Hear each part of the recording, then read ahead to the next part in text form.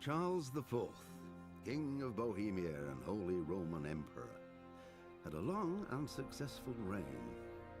The empire he ruled from Prague expanded, and his subjects lived in peace and prosperity.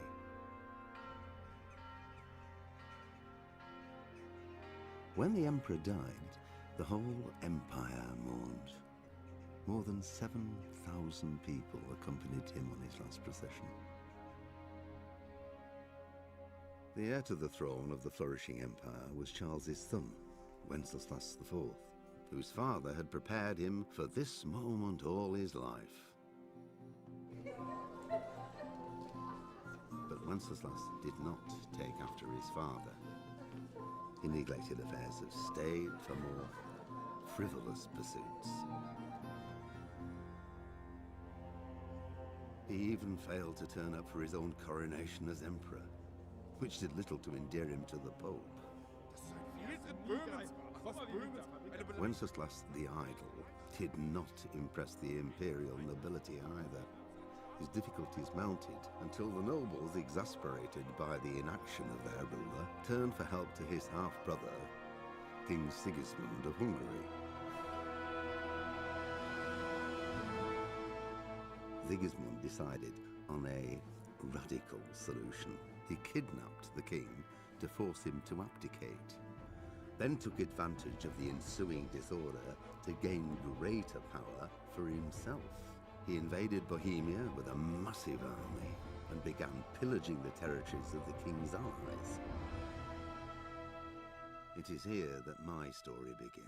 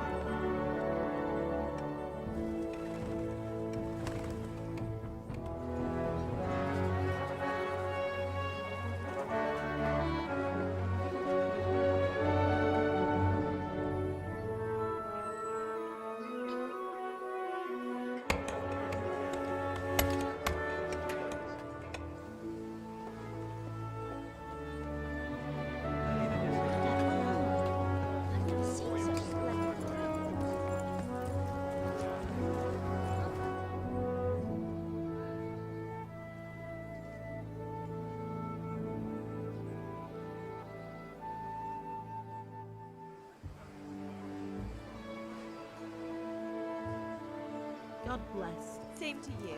Today's a scorcher.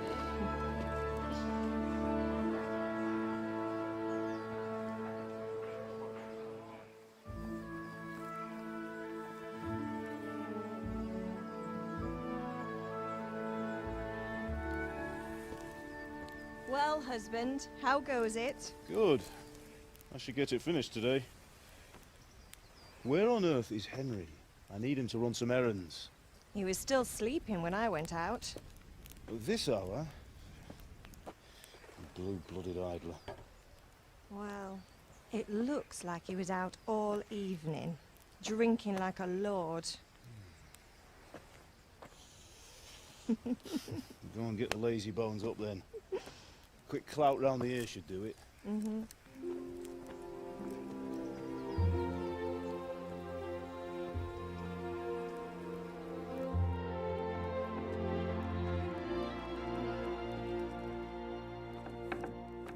Henry!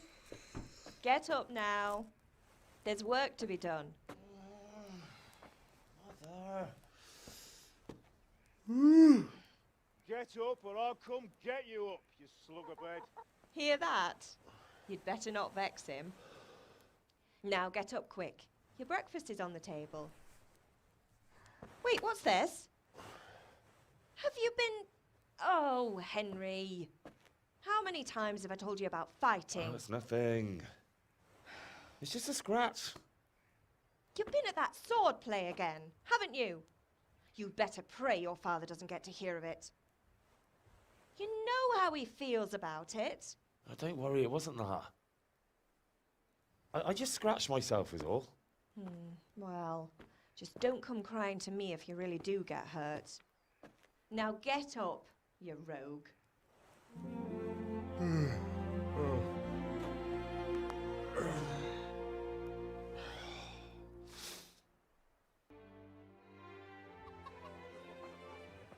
You can't be serious, Deutsch. Insulting our king. What insult? I say only the truth. Sigismund has done only what he had to. He had to abduct the king. He had to lure his cousin Prokop into a trap and imprison him. He had to invade with his army of Tartars and besiege Kuttenberg. Why not? What is this Wenceslas for a king?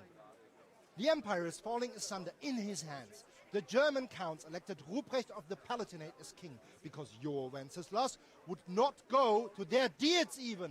German counts. Traitors. Now even the Pope God be with is you, opposed Henry. to your king. I'm with you, So are Matthew. such lords as What's Henry going on here? of Rosenberg. Deutsch is spouting shit. What? Just listen and you'll hear for yourself.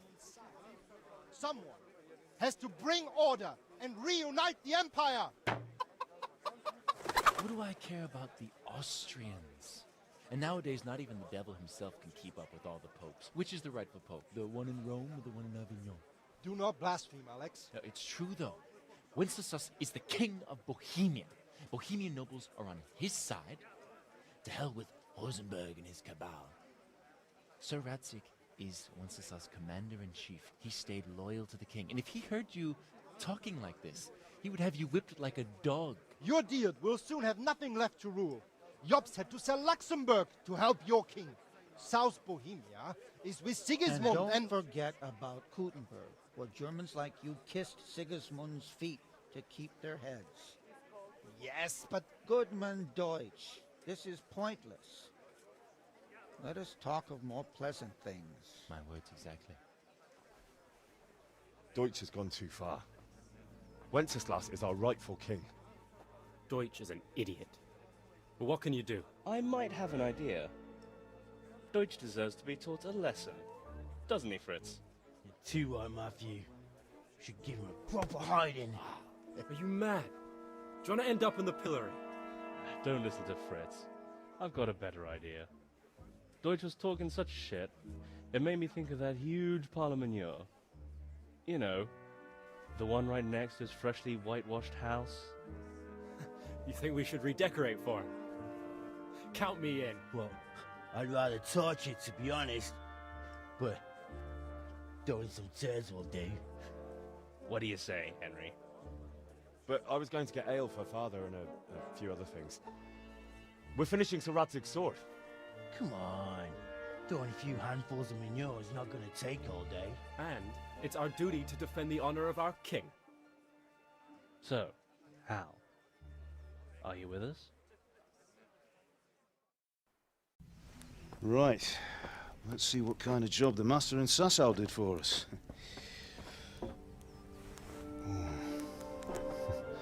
Look at that, lad. That's what I call craftsmanship. What does the inscription mean? Damned if I know. Doesn't look like Czech to me. Latin, maybe? Lord Radzig ordered it. Oh, this will be the finest sword I've ever made. Have you got the charcoal?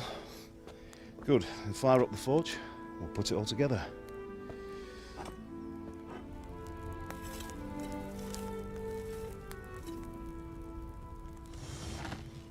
By the way, I heard some gossip about what happened to Deutsch. I expect you know something about it. Maybe. Maybe? Someone threw dung at Deutsch's freshly lime-washed house, maybe. And maybe those cronies of yours had something to do with it. That Deutsch was talking treason in the tavern about Sigismund and the king. He got what he deserved. Oh, got what he deserved, did he? Look, I don't know if you're mixed up in this or if it's just those friends of yours. It's all the same to me. But I have a trade to run. The German pays well. And having my son in the pillory helps nothing and nobody, least of all the king. Do you understand? Yes. Look me in the eye, Henry. Do you understand? I understand. Good. Then we'll never have this conversation again. What, so you think it's right to let traitors speak ill of the king? Does that boy ever listen to a word I say? So Deutsch spouts rubbish, so what? You might win a fight with violence, but you'll never win an argument. Remember, Henry, if you want to convince someone that they're wrong, try using your mouth, and not your fists.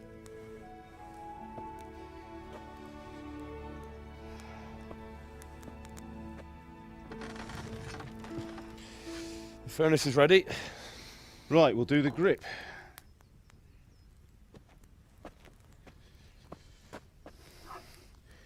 I'll heat it up, and when I take it out, you slip the grip on so it fits exactly. You know what you're doing.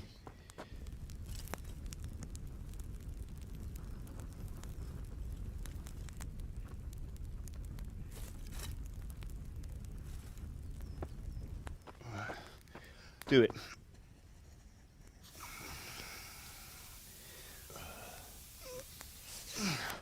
Good. Once more.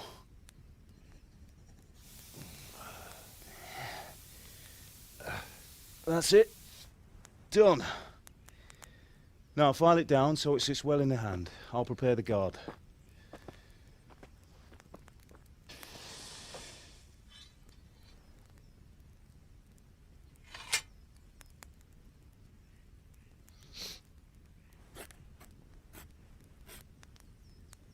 Father, why did you leave Prague? Who ever heard of a master swordsmith making horseshoes in a village? I had my reasons, Hal.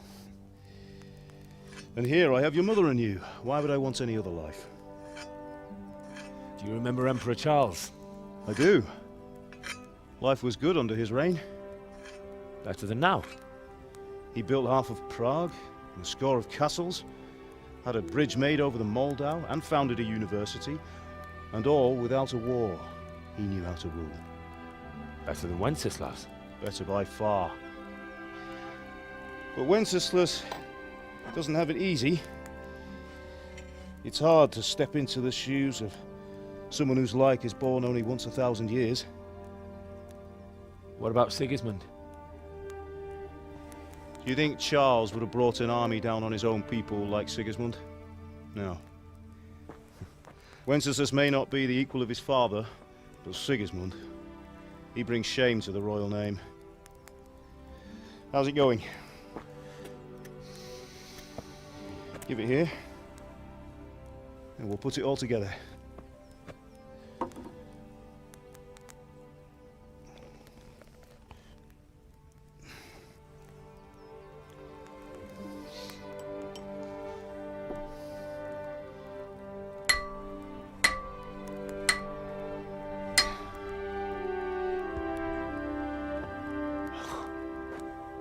It's magnificent. Indeed it is. The Lord be with you. My father sent me for those nails. Good day to you, Teresa. They're ready. Will you fetch them for me, Hal? They're in the trunk in the living room.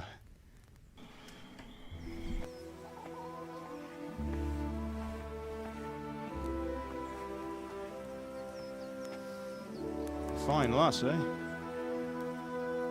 Now, stop staring at her and come and see this. It's time for the trial by fire.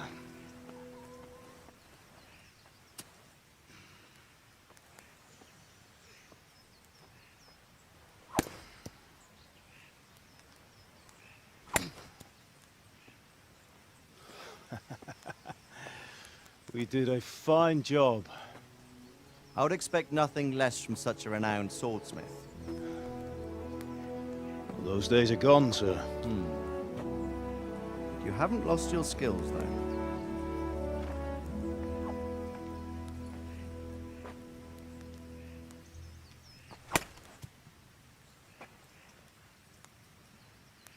Would you like to try it? Sir, what good is a sword to a commoner? Let him try it.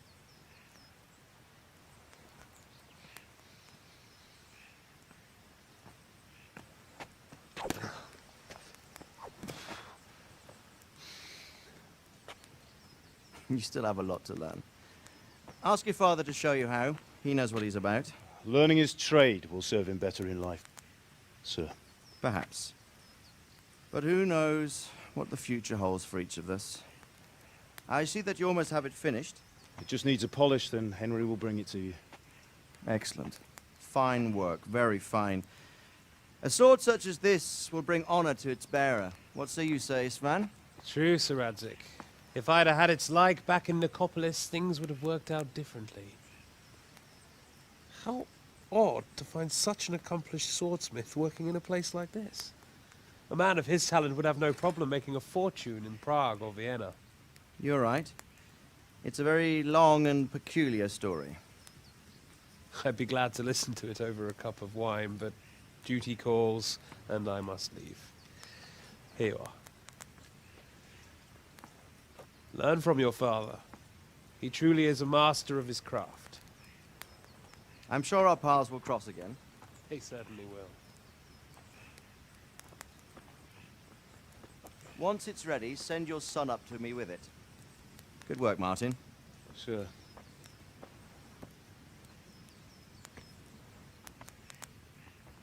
It's been an honor, Sir Isvan.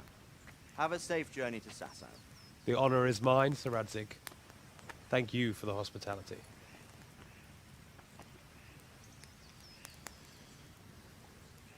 A long, peculiar history. That was a long time ago. I might tell you about it sometime, but not today. Will you teach me how to use it, like Sir Radzig said? Why?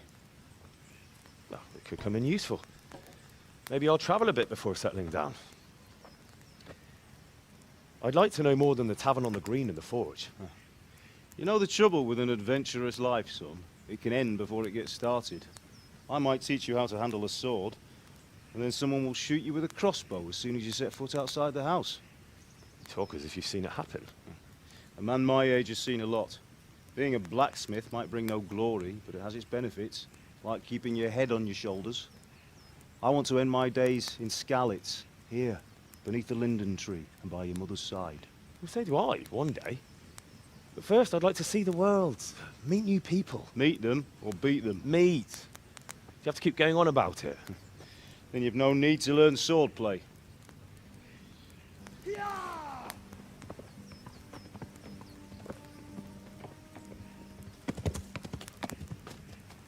A messenger. He was in a hurry. What's happened?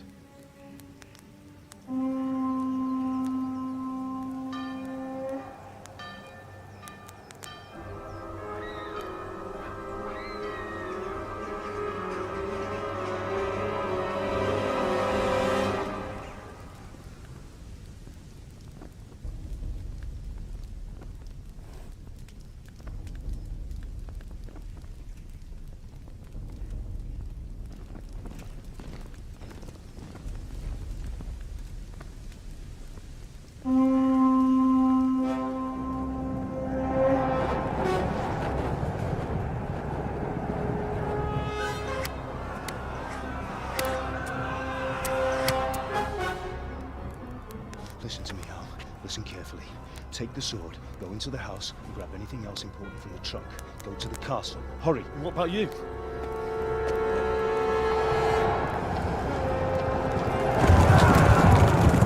Your mother is in the village. I'll fetch her and we'll follow right behind. I'll go with you. No. You'll do what I say right now.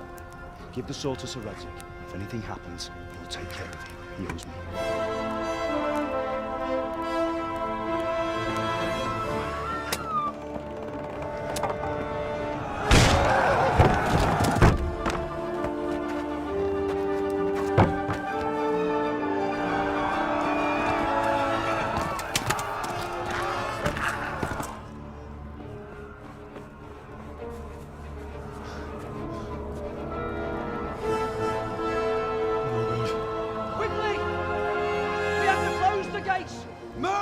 Come on, we're closing! Move it, people! Come on! We're running Come out of on! time! Oh, Henry! Thank God! Get inside, quick! We have to shut the gates! Get running, people! Come on! Mind this for me. Are you mad? You can't go back! Ah! Get through the gates!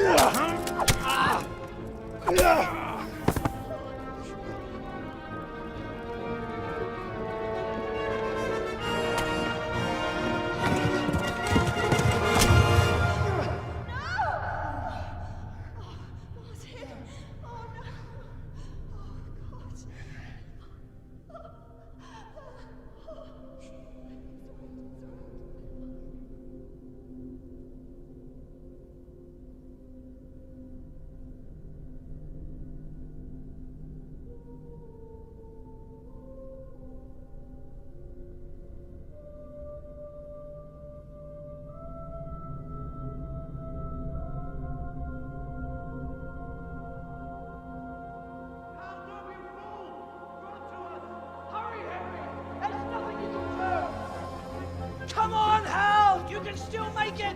Run!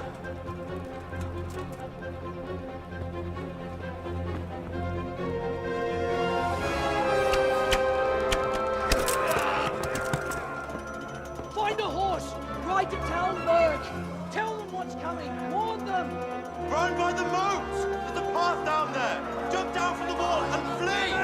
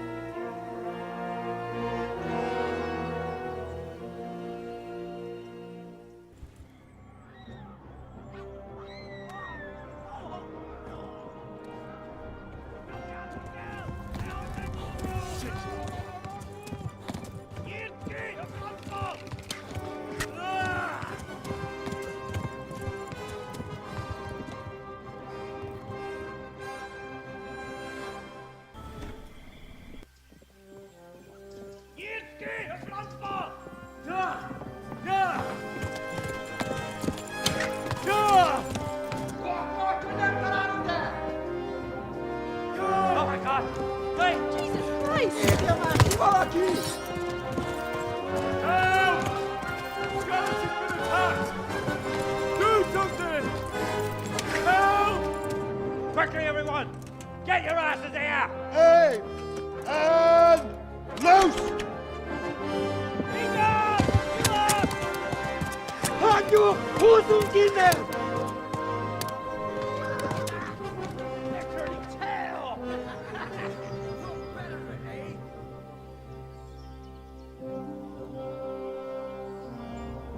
Quickly! We're closing the gate!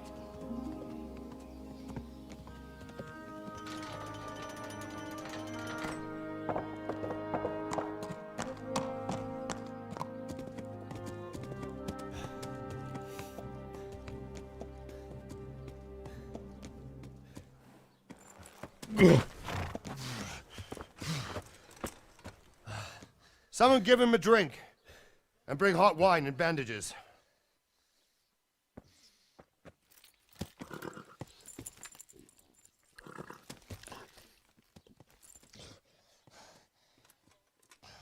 Tell me, boy, who are you and where are you from? What in hell's name happened? I've come from Skalitz. They burned it to the ground. Slaughtered everyone. Who? Who burned it to the ground? A huge army. They attacked without warning. And they weren't Czechs or Germans either. Who then? I don't know. I've never seen armor like it or heard their language. Maybe Tatars?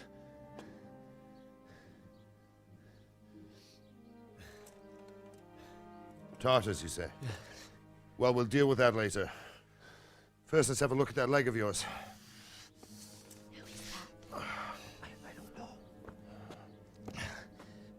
Grit your teeth, boy. I'm gonna pull that arrow out.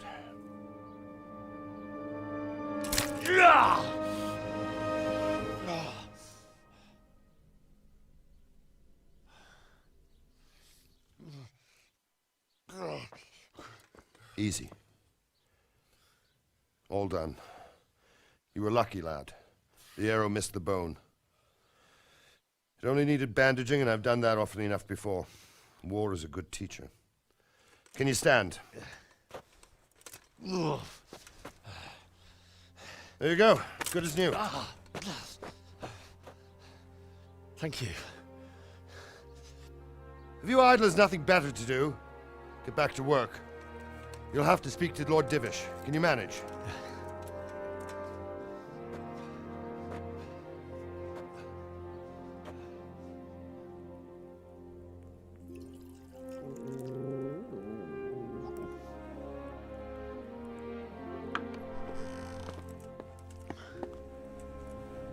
Sir, this is a survivor from... I heard, Robard.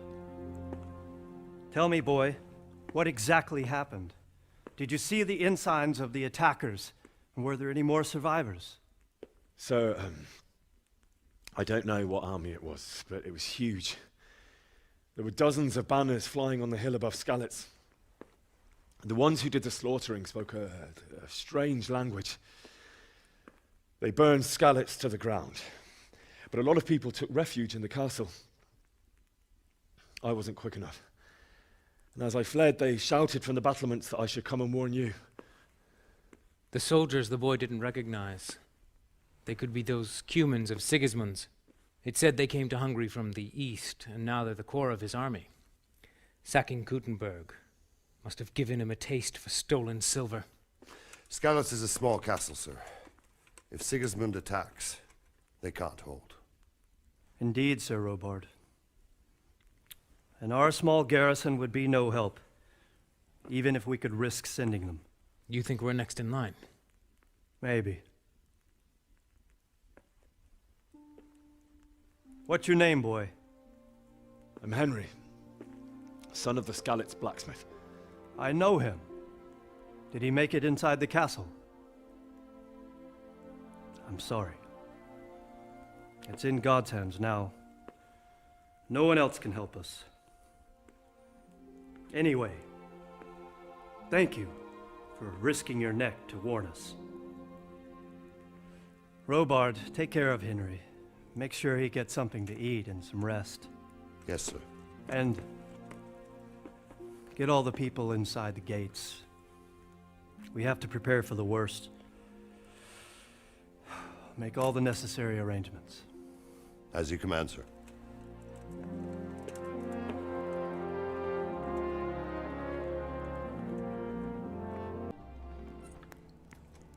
Ah, milady. You're fortunate our good lady Stephanie of Talmberg has graced us with her presence. My lady, I'm honored. So this is our brave young man. Welcome, lad. Bozhena here will take care of you. No doubt you're tired and hungry. Indeed. How could he not be, poor soul? After everything he's been through, he must be as hungry as a bear, aren't you, young master? Here you are, then. Eat your fill. And a little wine to wash it down. Thank you, my lady. When you're done, you can go and rest with the grooms in the Outer Bailey. No, that won't do, Sir Robard. After all he's been through, he deserves a proper bed. Let him sleep in a lodge in the courtyard. Certainly, milady. Young Henry here is overwhelmed by your generosity. Yes, yes. Thank you, my lady. May God reward you for your kindness. Eat up now. You're in capable hands, so I'll leave you to it. Good night. Good night. Good night, ma'am.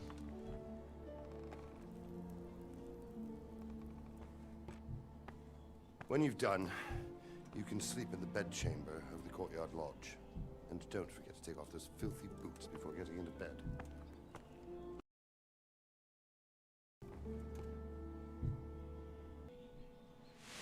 Today the patrols will be doubled. Keep your eyes peeled. If you see anything out of the ordinary, report it immediately. Understood? Yes, sir.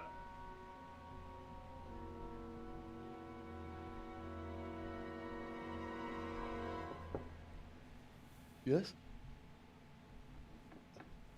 It is I, Henry. Forgive the intrusion. I didn't wake you, boy, did I? My lady. No, not at all. But what brings you here at this hour? I thought you could do with a little wine. It's just what you need to help you sleep. My lady, thank you.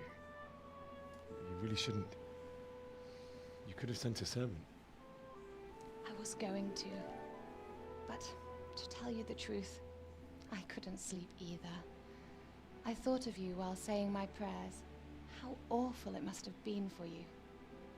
I came to offer you solace, to let you know you're not alone. Thank you. Thank you kindly.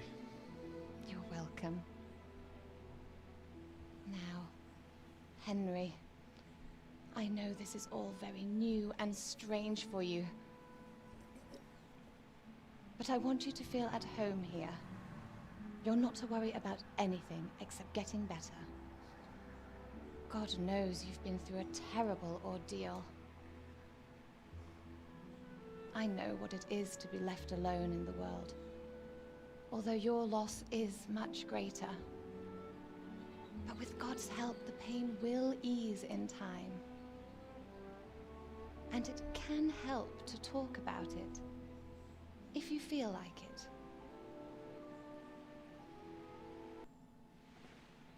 That's terrible. How could something like that happen? God alone knows why he lets such things happen. You poor boy. I understand your grief, but God is not to blame for the ills of this world. That is the work of Satan and those who do his bidding. Those who are corrupted by greed, envy, and pride. You must not lose faith, whatever life brings. Fate has not been merciful to me, and my husband either. Although in comparison to the horrors you went through. I was young when I married my husband.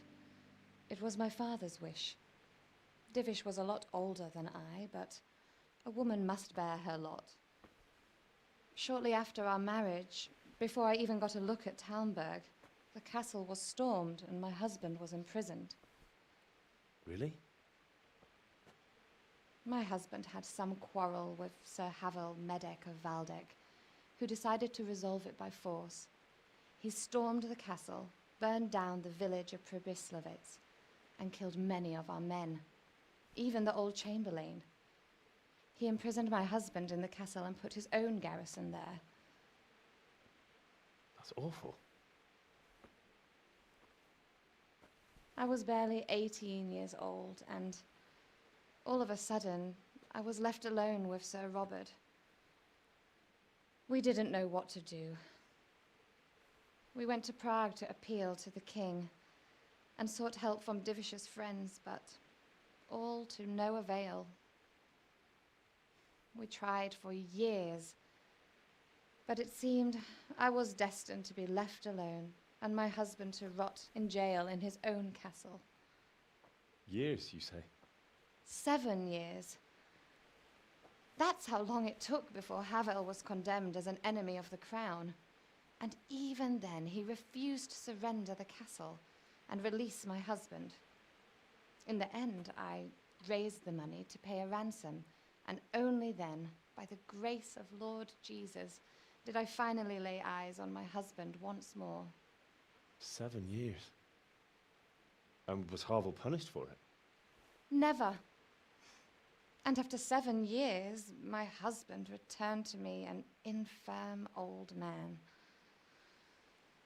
Sir Divish seems like a good, strong man. Certainly, only he has many concerns.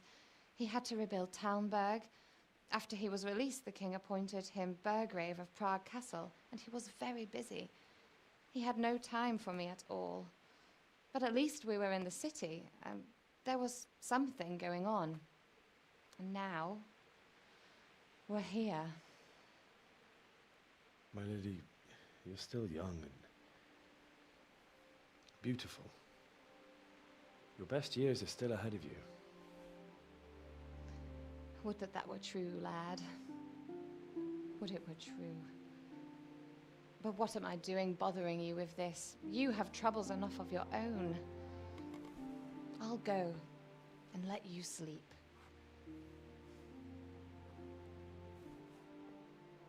I enjoyed our little talk, Henry.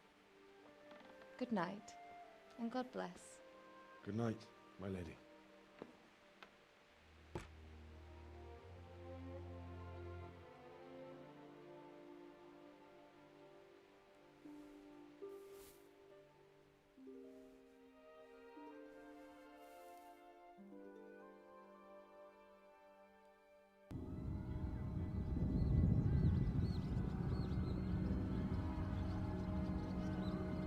Move in, people! Come on! Come on! We're running out of time! Quickly! We have to close the gates! Go back! Henry, help us! Oh! Help us, son. Don't be a coward.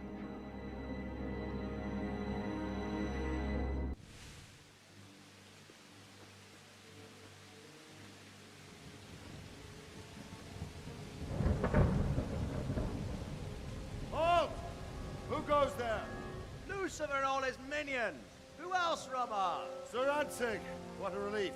Is his lordship there with you? Yes, sir, he is right here. What are you doing up so late, Divish? At your age, you need a good night's sleep. Well, Radzik, you didn't exactly pick the best time for an outing either. In a big hurry? It was a bit of a scramble, all right. Believe it or not, this tempest is a godsend for me and my men. As my old granddad used to say, better a sore throat than a slit throat. I'd say your grandfather was a wise man. Your messenger told us what happened. Messenger? The lad you sent to warn us. He's alive? He made it to you? He's here with me. He only got away by the skin of his teeth, though. Thank God. A brave young man. But tell me, friend, how on earth did you manage to get away? Thank God for this tempest. When it began, Sigismund's Tatars crawled into their holes and left the storm in the castle for more clement weather. We were able to sneak out right under their noses. The Lord be praised. We wouldn't have stood a chance against them. Would you like to spend the night in Talmberg? No, no. When Sigismund finds the castle empty tomorrow, he might come looking for us. We'd only be exposing you to danger. Without me and my men, he has no call to attack you. Well, what will you do then? We'll march to Ratai. It's only a short way, and there we'll have a better chance of defense and enough room for all of these people. If Sigismund should come, better bend your knee, Divish. There's no point dying in a battle that's futile. You're right there. Is that boy still with you? I'm here, sir. You have courage, lad. That I can't deny. I am sorry about what happened. Would you care to join us? I'd like to, sir, but first I have to return to Skalitz. Are you mad? What do you want there? I can't leave my mother and father. I won't leave their corpses rotting in the street. I'll join you once I've taken care of them. Don't even think of going back there, you donkey. Are you tired of living? Sir! Quiet! I'm sorry about your father, but getting killed as well won't help him. Divish, make sure that lad doesn't budge from Talmberg until things quieten down. Not to worry, friend.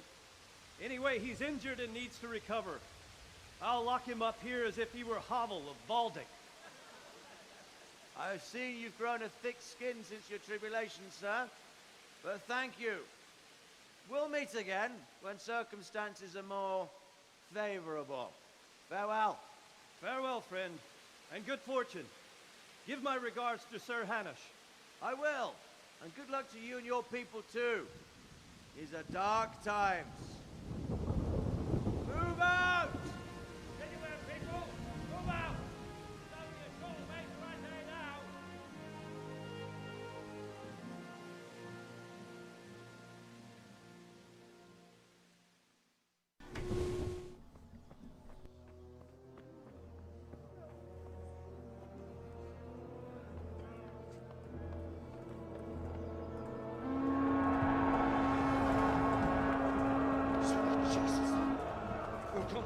Skallets.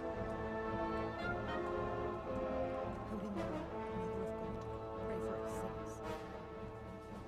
See how the self-appointed king wins the love and respect of his loyal subjects. Indeed, Robard. Sigismund of Luxembourg has a rare talent for winning people over to his cause. We may be in for a surprise, though. I don't think he will set his heathen dogs on us today. Greetings, Lord of Talmberg. That's the bastard who led the attack at Skalitz and killed my parents. Don't be an idiot. Do you want to end up like them? I am Sir Markwart von Aulitz. I come in the name of Sigismund of Luxembourg, King of Hungary and Croatia, who has resolved to strike against those who disrupt concord in the land and to restore order in the name of his brother, King Wenceslaus IV. Restore order by burning and pillaging the king's estates. Greetings, Sir Markwart. The efforts of the king's brother to bring order to this chaotic land are undoubtedly noble. It seems to me, though, that he and his army have somewhat strayed. As Burgrave of Prague Castle, I am entirely beholden to the king, and here in Talmberg divine peace reigned until your arrival. To what then do we owe the honor of your visit? Yesterday, His Majesty took action against the enemy of the kingdom, Sir Radzig Kobyla, who has been using the silver from the Skalitz mine to fund insurrection against the crown. Unfortunately, the insurgent escaped. Would you happen to know, noble sir, where he might be at this time? As far as I know, the Sir Radzig of which you speak is the king's hetman at Skalitz. I find it hard to imagine that he would rebel against our king. Nevertheless, I can assure you that Sir Radzig is not at Talmberg. He would be a fool indeed to flee from one castle, where he has little chance of defense, to another, where he has even less. Or do you take the view that my humble manner is any obstacle to your army? Am I to inform the king then that Sir Radzig Kobyla is not at Talmberg and that he has your loyalty? Sir Radzig Kobyla is not here, and I have no intentions of getting embroiled in affairs from which I have nothing to gain. Very well, sir. As you wish. I will relay your words to the king in the hope he will be as well disposed as you seem to be. Those who have clean consciences and goodwill may find themselves well disposed even at moments like this, when there is little cause for joy. Farewell, sir. Auf Wiedersehen.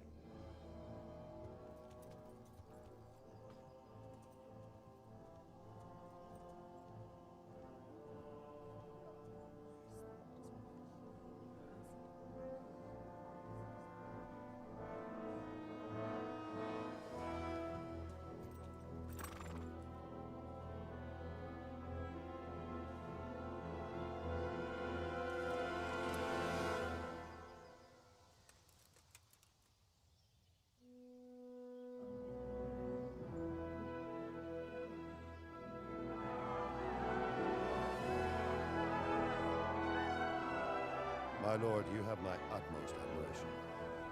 Get on with you, Robard.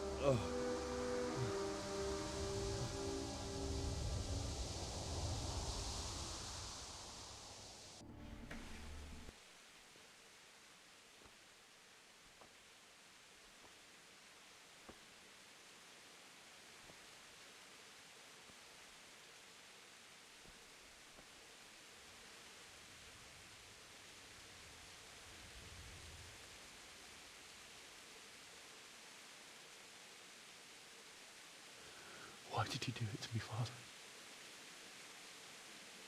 Why? Why did you leave me?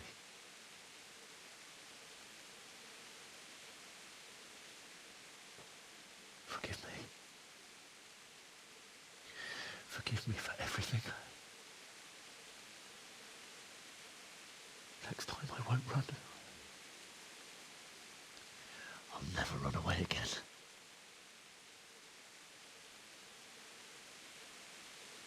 I'll find the one who did this to you. I remember his face. I'll find him.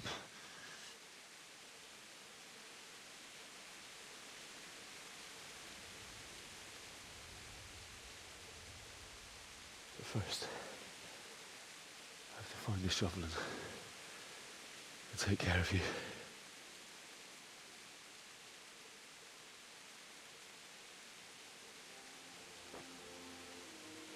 I remember you told me you wanted to lie beside Mother. Here. Under the linden tree.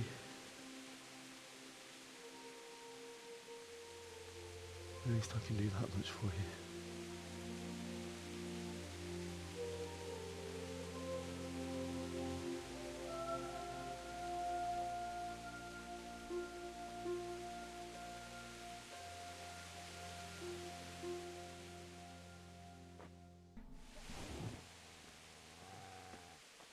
Get away, you mutt!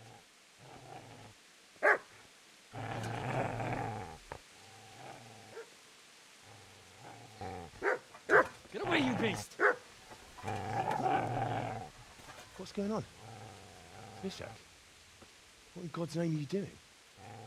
What do you think I'm doing? Digging turnips? The beast just went for me. Isn't that Mutt the butcher's? Mutt? Isn't that body the butcher's? Yeah, that's him. What's that got to do with anything?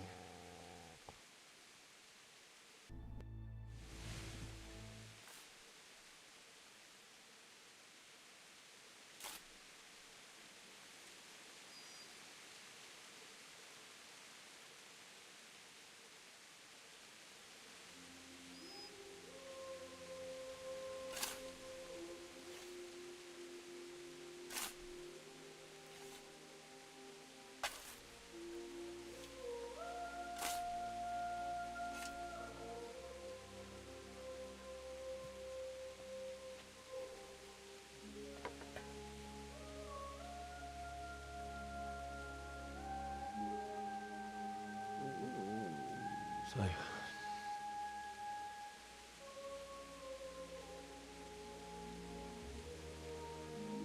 let's get to it.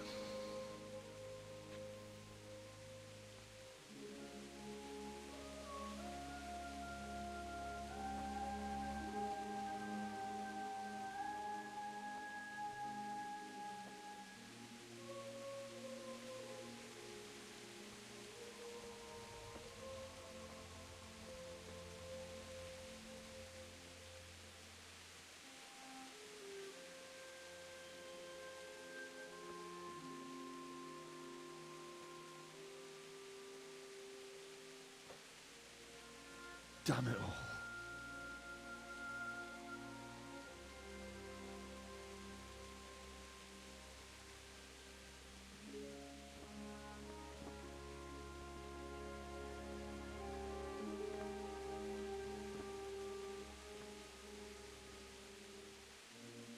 How am I going to do this? Do you need some help? Is that him? Yes. Can't you see the sword? Who are you? What do you want? Zbyszek? Who do you think we are? Franciscan brothers? We're here to rob you of everything you've got. Especially that fine blade that's of no use to a peasant like you anyway. Banish the thought.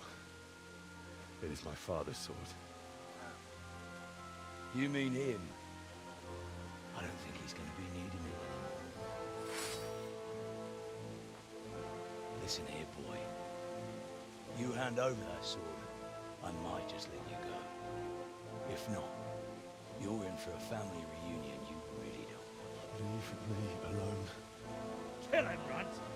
Aye, cut the bastard down. As you like. Could have just cost you a few teeth. Ah!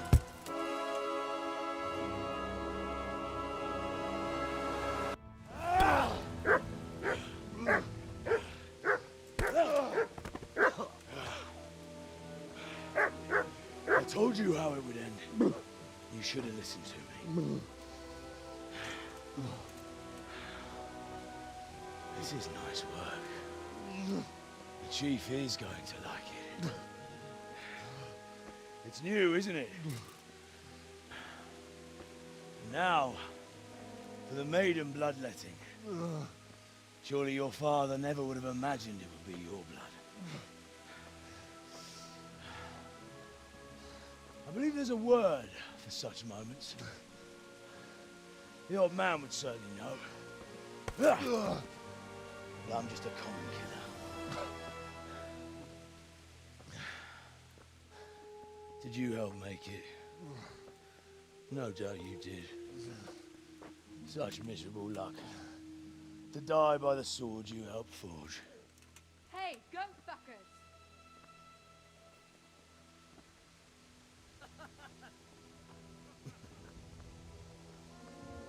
The games are over.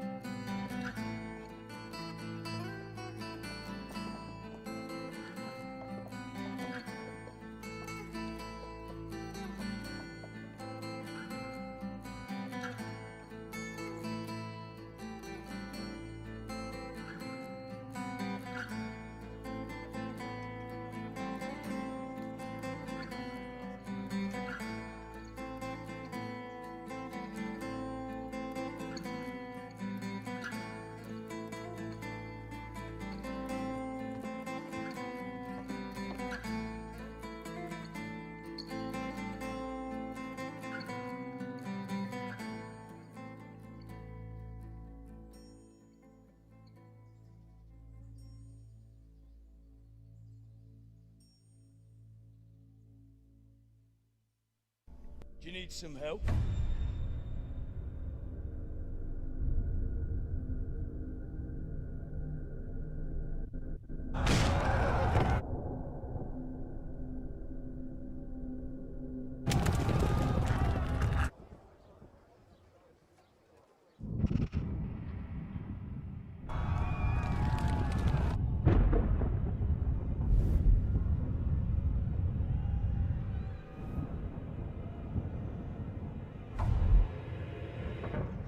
Henry!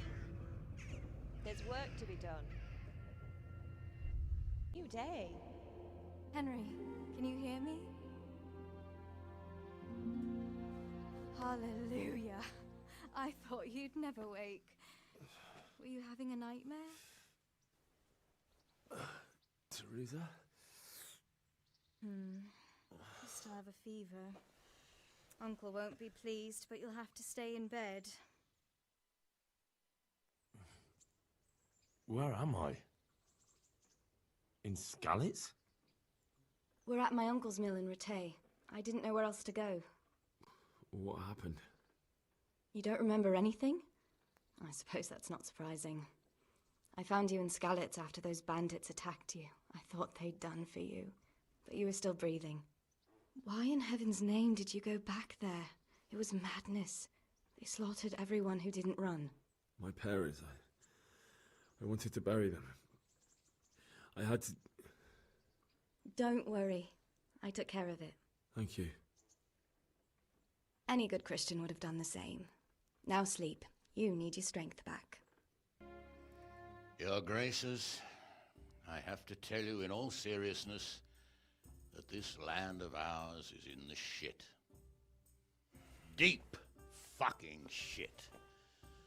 Don't you agree? I might not have put it as eloquently as you, Hanush, but I've been driven out of my own castle, so I'm hardly going to disagree. Indeed. But Birkstein is yours for as long as you need it. There's room enough for your men and you here at Rattay, and I'm sure my ward won't have any objection to me lending you his castle. I'd be honored. Perkstein is at your disposal as long as you wish, Your Grace. Just as well you have another castle at the other end of town, eh? At any rate, I'm beholden to you, Sir Hans, and to you, Sir Hanush. I don't like to speak ill of your people, Sir Radzig, but, well, there's no love lost between the townsfolk and the refugees. There's been talk of criminality. No, they'll have to get used to it until the situation's resolved. But when will it be resolved? And what on God's earth is this war even about? I won't lie, sir. I don't understand it. You aren't alone, Father. I believe Sigismund's original intention was to persuade Wenceslas to accept the imperial crown and to leave the rule of Bohemia to him. Who could blame him? I know Wenceslas is a friend of yours, Radzig, but even you have to admit he brought it upon himself. I can't deny the king neglected affairs of state for other pursuits. There is a need for order in the land, but I don't think the lords who sided with Sigismund realized just what Hungarian order looks like. Hungarian order. What concerns me, sir, is how a good Christian could resort to such brutality. To give him his due, I don't think he expected the lords of this country to stand behind the king. But thanks to him, we're tearing ourselves apart, and now he has to get things under control. But why in God's name does he have to use those barbarians? Money is the root of all evil, young sir. Wars are costly, and this one has dragged on for a year. Sigismund ran out of coin for knights, so he recruited those whore sons that settled in Hungary. The less he pays, the more they make up for it with plunder. That's why he attacked us. He was after our silver. What are you doing? You've no business here. Clear off. Wait, it's Henry. Henry, who disappeared after I clearly ordered him to remain at Taunberg. I'm sorry, sir, but I had to bury my parents. Had to? Do you think you were the only man who lost someone there? But the others listened to their lord. And it wasn't just your own life you nearly threw away. So Robard and his men risked theirs to save you. I'm sorry, but I had to. Oh, there you go. When you have to, Radzig. Your father was a remarkable man, and your mother, she was remarkable too. They deserved a Christian burial. Did you manage that at least? No. I was attacked by thieves. I wouldn't be here now if it wasn't for that girl. Girl? The miller's daughter, Teresa. The miller's daughter saved you from the footpads? Well, there's a tale to tell your children. I owe her my life. She distracted them and then brought me to Ratai.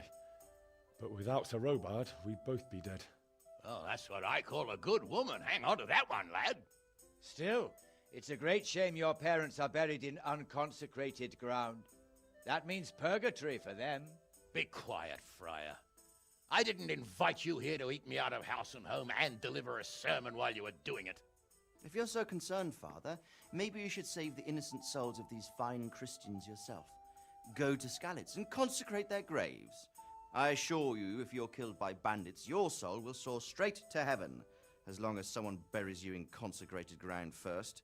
If there's anything left to bury, that plump carcass of yours would be quite a feast for the wolves and the crows. And one skeleton looks much like another, so how would we know which were your ordained bones or those of Sigismund's Tartars? Be that as it may, why have you come here? I must get your sword back. Sword? My sword hangs here at my side. No, the sword my father forged for you. One of those thieves stole it from me. They almost killed him and he already wants to go back. Takes after his father, I suppose. Lad, I've lost a castle, a village, silver mines, and a good half of my subjects. Why would I miss one sword? Because it's the last one my father forged, and I promised him I'd deliver it to you. I understand. I'd feel the same way. But prudence is the better part of valor, and a dead man keeps no promises. Aye. The woman had to save his fat from the fire, and now he wants revenge. What kind of fool are you, boy? He's no fool. Henry, you have courage, but you need training, arms, a horse. Or do you mean to beat this thief at dice? No, sir. Please, take me into your service and give me the chance to learn these things. The gall of him! Fled from the enemy, disobeyed your orders, duped Sir Divish, lost your sword, put Sir Robard in danger with his actions, and now he wants a promotion. Sir Capon's right. What you say is certainly true, except for fleeing the enemy. You would have run as well, believe me. Henry's earned some punishment, but how do you punish someone who's already lost everything, Courage and blind obedience are good qualities for a soldier, but a wise man also appreciates loyalty, perseverance, and determination. Besides, that was a fine sword that his father made. If he thinks he can get it back, I won't turn it down. My lord, he's a peasant. You can't make a squire of a peasant. Why not? Someone made a priest of a pig. He isn't a peasant, Father. He's a blacksmith, and recent events have left me in need of his skills. So, you'd like to enter my service? Sir, Yes, I would. You won't regret it. I probably will. I'm doing this for your father, lad. Don't disappoint me. Oh, fortune has finally smiled on you today, lad. Make the most of it. Now that I think about it, Sir Hanush, the boy needs training and experience, and you need spear carriers. That's true. The bailiff is always complaining about your people making trouble in the camp. Maybe one of their own among the guard might help. It might. In any event, it will prove valuable experience. But let's be clear. You're the one paying him. Captain Bernard, see to his training, and then send him to the bailiff. Yes, sir. And don't spare him. You can rely on it, sir. Don't forget, Henry. Don't disappoint me. I won't, my lord.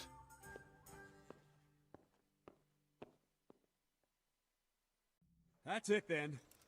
I don't like to say it, but it wasn't that bad. I don't know why you're wasting your time, Sir Bernard. Nothing will come of him anyway, and at the first sign of trouble, he'll run away like any other cowardly peasant. After all, he's done it before. What did you say? Calm down, boy. Keep in mind who you're talking to. A braggart who was born with a silver spoon in his mouth. Now, you've really done it. You'll go to the stocks for that. Calm yourself, Sir Bernard. If the blacksmith's boy feels he can prove himself, then let him try. Do you think you can beat me? Well? Any time. Very well. If you defeat me, I'll give you my bow. If you lose, you'll have to pay up. Do you even have any coin? I have enough. Good. Then let's get to it. Well, I didn't expect that. Probably just wasn't your day, sir. I told you I have a heavy hand, ever since I fell off that horse during the last hunt. What are you grinning about, boy? I think you owe me a little payback. How about a sword fight at the arena? If you like. Sir Hans, is this necessary? Sir Hanush has already had words about you fighting with your subjects. He explicitly told me. I know what he told you. You can just tell him I didn't listen to you. So what's it going to be, blacksmith? If we must. Excellent. Then let's go. Well, you got the better of me this time, blacksmith. I must be having an off day. Are you all right, sir? Don't worry your mangy head about me, peasant. We'll see each other again soon enough. You can keep my bow. Its best years are behind it anyway. And the canon of St. Wenceslas in Olomouc was so drunk, he dragged the pig to the market square, saddled it up, and rode it out of the town gate. No, we can see that this wasn't going to end well. So, Sir Peter and I rode off to look for the good canon on his pig. Did you find him?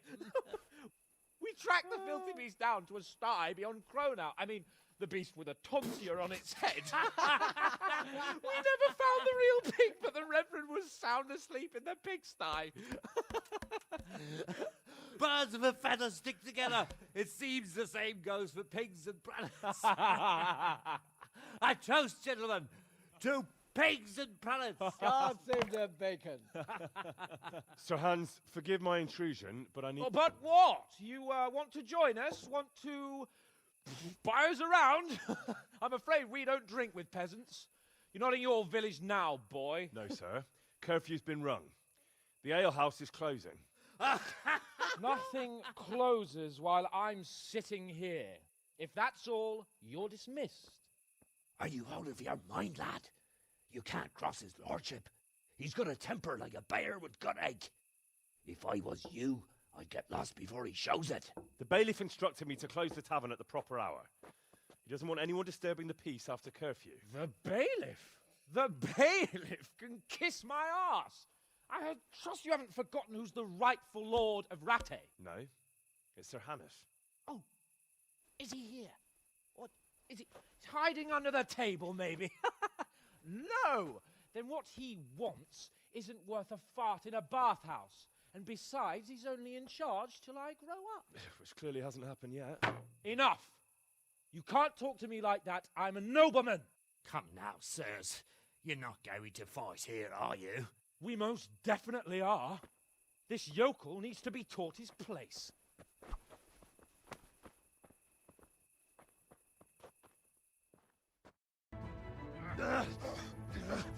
Crucifix! What in the name of Christ is happening here? Well, answer me, damn you! This peasant insulted me. I had to teach him a lesson. By rolling around in the mud like a hog? That's a fine example of noble conduct. Sir Hanush, the bailiff ordered me Silence! You shut your mouth and thank your lucky stars that you are Radzig's ward. Have you gone out of your mind? Raising your hand to a nobleman? And you, Hans, how many times have I told you that drinking with your subjects might be good for their morale, but it's bad for your honor? You spend all your days drinking and chasing wenches, which wouldn't matter if you paid any attention at all to your duties. And now we see what that leads to. Tomorrow, you will go with me to a hearing. Some landowners have asked me to settle a dispute.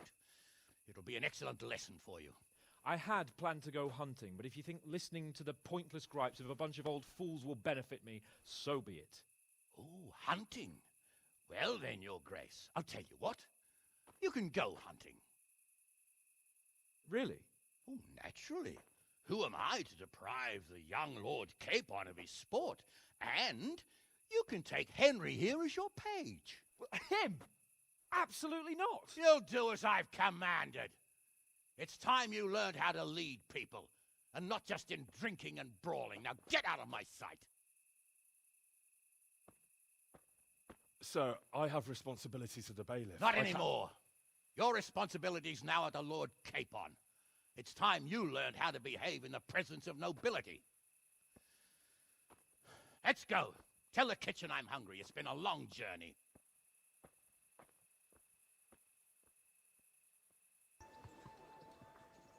Here I am. I'm overjoyed. Have you got a horse? Yes? Really? What is it? A cart horse? Actually, it's... Never mind. I don't really care. Just try to keep up with me and don't fall off.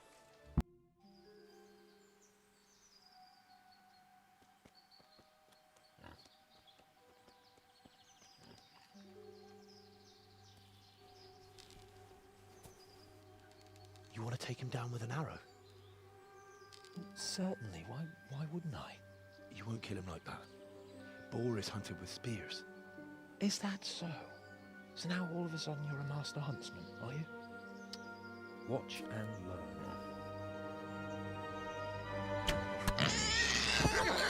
Did you see that? Damn, I'm good. Quiet. So, next time you try to tell me I can't kill a boar with an arrow, you can... Fuck! After him! Fetch! Mount up, Henry. We're going to chase down that swine!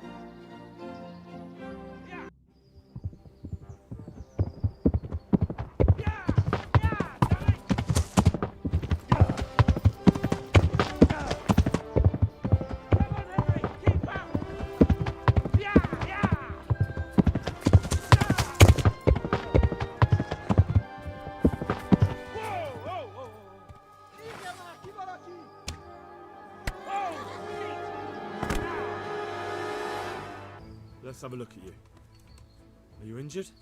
Henry! What the fuck happened? You turned up uninvited at some human social gathering. And you took them all? So it seems. God's holy britches! I never knew you had it in you, Henry. Remind me never to get on the wrong side of you. That wound on your head doesn't look good. Not to worry. I'm sure it doesn't look half as bad as it fucking feels. You'll have to help me get back to Rattay. Come along then, sir. It's Lord Capon. Get here, everybody. You, help him.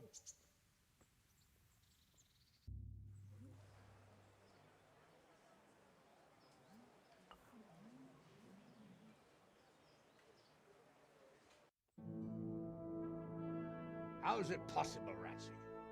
Those bastards make so bold no more than a mile from the castle. We'll have to send out more patrols. That won't do us any good, Hanush. Even if we had 10 times the men, we couldn't beat through every thicket in the fiefdom. You sent for me, sir? Come in. I don't know how to thank you, Henry. If it wasn't for you, Hans would be dead. And to think I sent you out with him as a punishment. I was only doing my duty, sir. Don't be so modest, young Henry. You showed not only courage, but loyalty to your liege. That's why I'm taking you into my personal service. Sir, thank you, sir. Well, let's celebrate your promotion and Sir Hans's recovery. Well, don't just stand there, lad. Pour us a drink.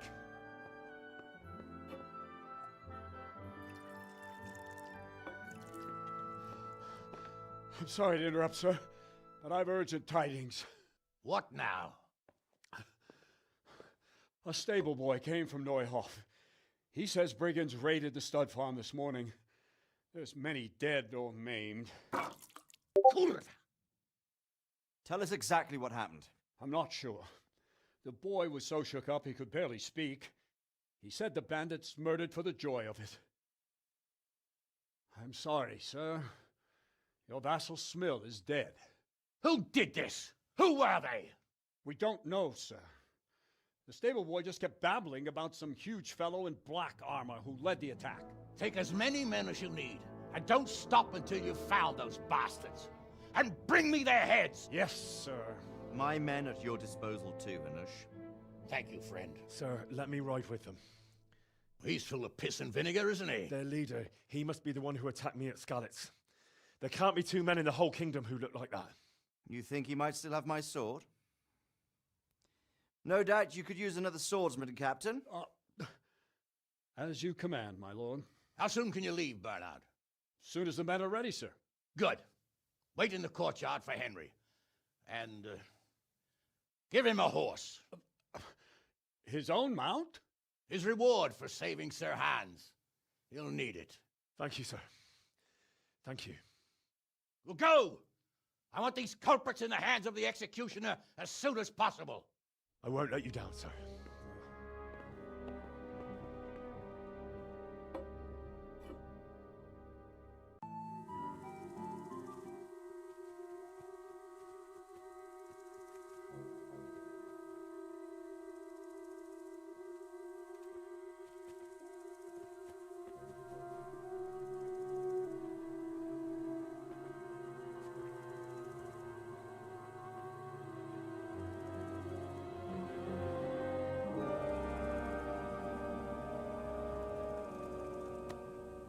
Where's your master?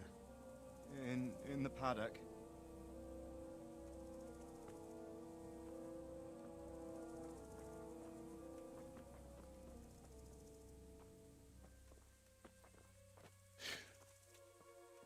Crucifix? What kind of beast could do this? By the blood of the martyrs.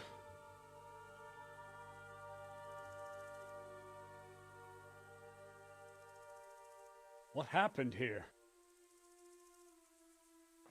Why? Someone came at night and hamstrung every one of them.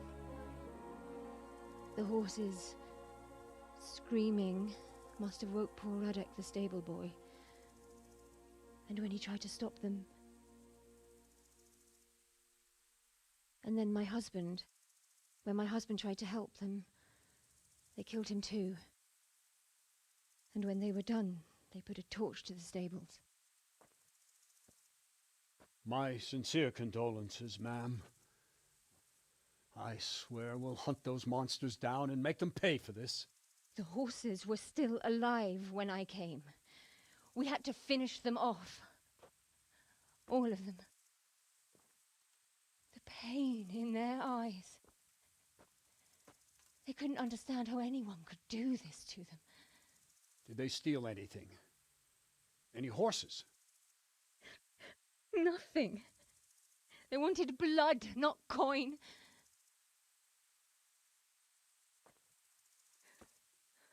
Did your husband quarrel lately? Was there anyone who might want revenge? He argued over the price of a saddle, maybe, but nothing that could drive a man to this. These are dark days when there's more kindness in horses than in men. Did you see anything? How many were there? Or what did they look like? We saw no one. Has anyone tried to follow the trail? No. We were fighting the blaze until now, and even if we weren't, what chance would any of us have against someone who could do this?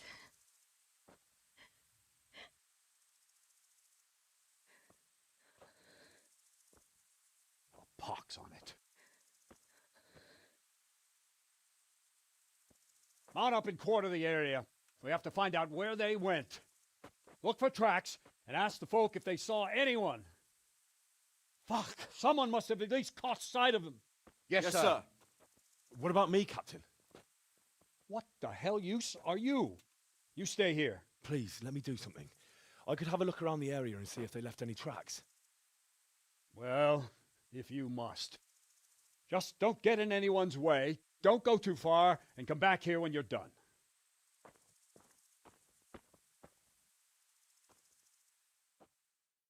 Greetings. What business have you? My lord, I managed to find a clue to the whereabouts of the bandits. Excellent. Bernard already told me what's been happening, but I'd like to hear it straight from the horse's mouth. The whole story, or just the gist of it, sir? It's up to you what you consider important. One of the Neuhoff stable boys, a lad they called Ginger, fled from there and hid out with some charcoal burners. I have to say, there's a lot of them around. I never thought how many forges and ironworks they have to supply. That's true, but keep to the point. Oh, yes, sir. I had quite a job finding him. He was well hidden and with good reason. The bandits wanted to kill him because he recognised one of them. Did he tell you what happened? He said it wasn't one gang, but two. And one of them took fright when the slaughter started. Seems they were only interested in loot, so they quarrelled with the other lot. Then it came to a skirmish in the woods and one of them was killed. And the rest of them scattered. And did you find out where they went? All I know is one of them is from Uzhitz. I know enough about him to be able to track him down. All right, but those cutthroats must know who he is too, right? And if they want to get revenge on him or silence him, you'd better hope they don't get to him before you. So drop everything and get on his trail. Find out what he knows and then report back to me. I'm going to our encampment at Merhayed to oversee the security of the region. Yes, sir. Why choose Merhayed? It's somewhat at the centre of events, isn't it? And what's more, there's another stud farm there. Sir, do you think they're going to try the same thing again? I shouldn't think so. Everyone will be on the alert now, but the secluded dwellings are more vulnerable. There are few people in them. They're scattered everywhere and we can't guard them all. But the bandits won't find much silver in places like that. There's always a groschen or two, some food and so on. Anyway, how much silver did they get from slaughtering those horses? True. If they'd stolen them, they could have sold them. Those were fine animals. Exactly. It's not about the silver. It's about something else. But what? Creating fear. Such great terror that you won't even squeak when they come to cut your throat. Never mind raise your hand against them. Fear that will root you to the spot, staring like a rabbit entranced by a stoat, waiting for the death blow to fall. Helpless to do anything about it.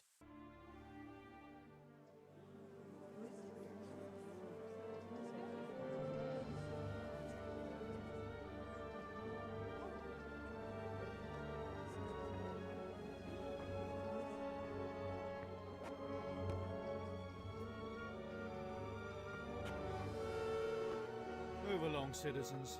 Move along. There's nothing to see here. That's what you call nothing to see. I'd like to know what something to see looks like.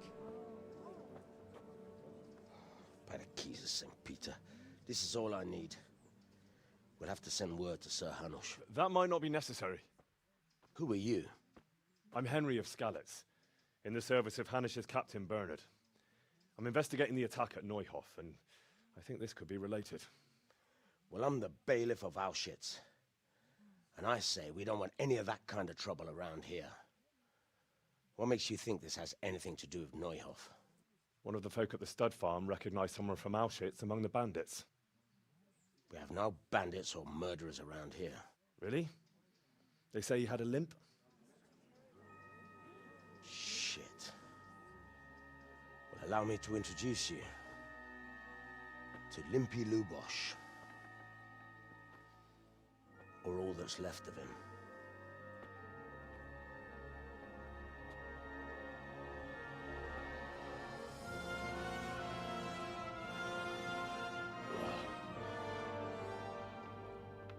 Sakra. Nothing's ever easy. I'll have to take a look around and ask a few more questions, if that's all right with you. You can take this mess off my hands and welcome to it. As for what else there is to find out, I don't know. But look and ask all you like.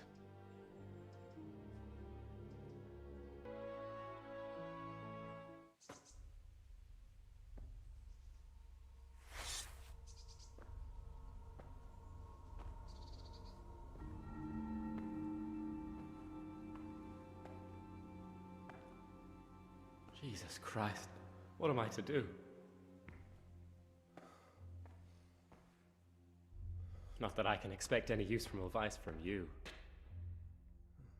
At least, you've no more cares. Need someone to talk to? Fuck! Don't kill me. I can explain.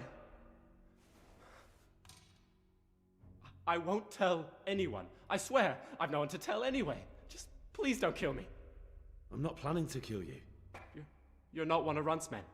No. Then who are you? I come here in the name of Sir Radzig Kabila and Sir Hanish of Lipa. I'm investigating the raid on the Neuhof stud farm. Got no idea what you're on about. Save your breath. If you want any chance to escape the gallows, you better come clean, alright? Jesus Christ. This will never be over. Hey, over here! It's up the hill. Shh. Jake, found the cave. Shut up. He'll hear you. Oh shit. Runt's people. We've got to get out of here. They're too close. We'll never outrun them. Fuck! At least they don't know I'm here.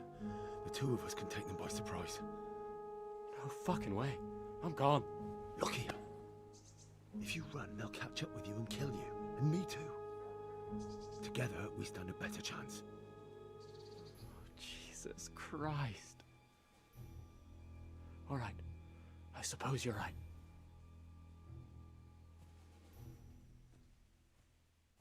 Here I am. So, why all the secrecy? What do you want from Timmy? Can you tell me where to find him? Promise me nothing will happen to him. Why do you care so much? He's my brother. He's not very smart, you see, and he's always getting led astray by his no-good friends. And now there's some right peculiar characters looking for him. Who are they? I don't know, but they looked like cutthroats, and they said some strange things, but I didn't tell them anything. That's good. But sooner or later they'll find him anyway. Tell me where he is, and I'll take care of him. He's hiding at the Colburn farm, over by Merhoyed.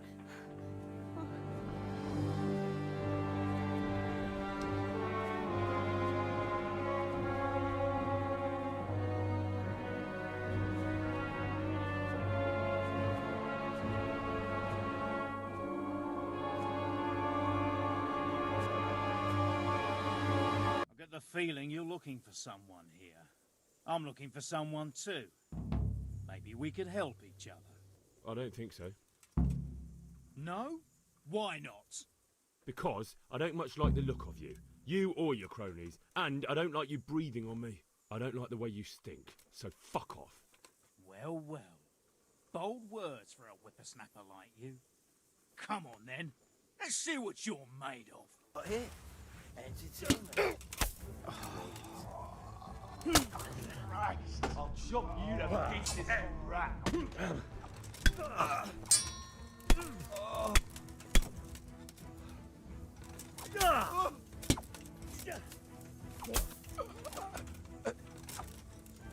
Hej, te! Várj egy kicsit. Mit akarsz, hogy ennyit bámészkodsz itt? Húgyoznom kell. Itt csinálhatod. Ahol akarod. Úgyis térdig járunk a szarban. I'm glad to see you, Captain Robart. I hope Henry's explained everything to you. He did, but I find it hard to believe. Who could possibly put together such a significant military force, and right under our noses? We'll just have to find out, but I don't think we will until after a battle. If we don't deal with them now, who knows what they'll be capable of in a week or two. I agree entirely, my lord. What's the plan? Right, lad. We're almost at the place you described. Now we'll have to advance cautiously. I need you to tell me how it looks around the camp, so I can decide which side to lead the attack from. Sir, that's a big responsibility. I don't think I should... I asked you a question, boy. You've been there and seen everything, so speak up. There are 3 ways to get in. Directly along the straight path to the camp, the long way round through the woods and over an old weir, or by a narrow bridge over a deep ditch. Let's start with the direct route. That sounds like the easiest approach. How does it look there? That path leads round their battlements. It's fortified and patrolled. The chances are they'd shower us with arrows on the way. It's a good thing you're here, Henry. We'll have to try another way then. What about the approach through the woods and the weir? I don't like the idea of marching such a long way over rough ground, but if it's the better option... A It's a long way through the woods, and there are patrols there as well. They'll call the alarm before we reach the camp. I thought so. What about the last approach, over the bridge? It's a bit narrow for my liking. It's narrow, all right, but once we get over, we can quickly occupy the best ground for a battle. We only have to take down a few archers. The battleground sounds inviting, but that bridge and the archers, it's not an easy decision. Each option has its pros and cons. Well, I try to answer to the best of my ability, sir. And you'll be suitably rewarded for your efforts. From what you say, the route over the bridge is the best option. If we're fast, we'll have the advantage. With the help of God, we'll win this day.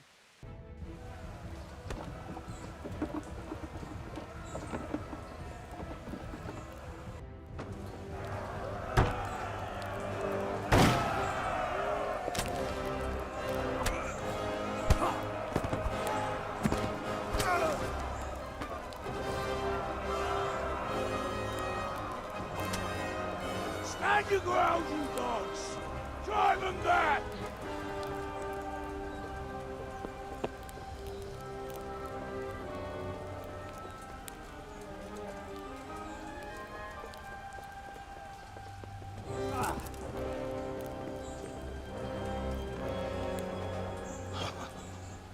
I will cleave you in two, you bastard. You tried before, and yet here I am. What? Who the hell are you? You don't remember me? I remember you, though. Oh, where's my fucking sword? What the fuck are you on about? What's... Hang on. You're the... Fuck me. I thought we left you to the crows. Tough little fucker, eh? What did you do with my sword? Judging by our last encounter, I'd say you made a big mistake coming here. Where's my fucking sword? But then again, maybe you've had some practice. I hope so. Because last time was too easy.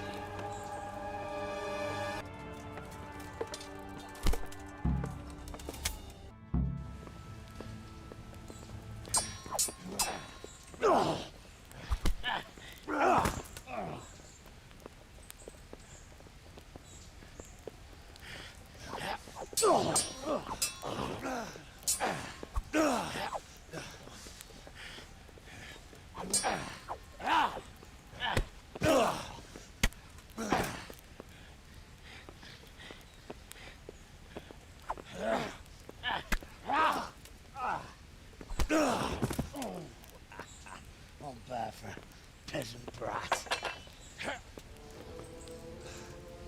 It's not over yet, you scum. Now where's my sword? What have you done with it? Talk, you bastard! I'll see you in hell.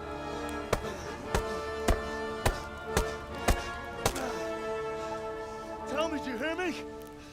Tell me what you've done with it!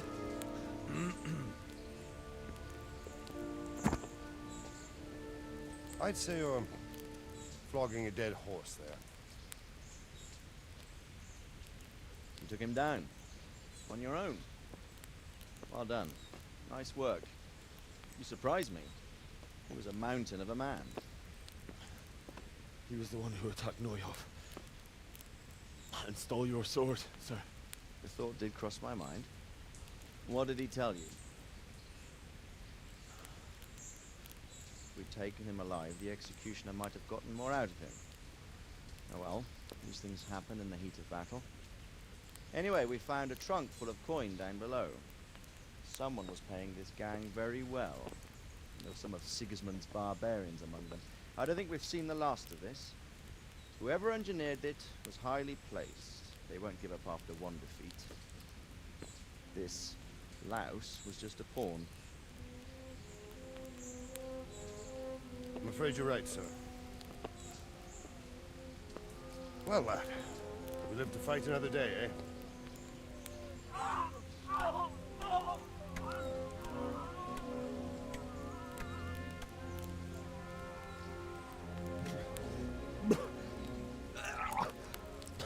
That's the fear leaving you, lad.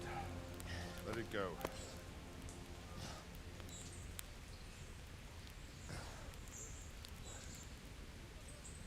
Now, put it all behind you.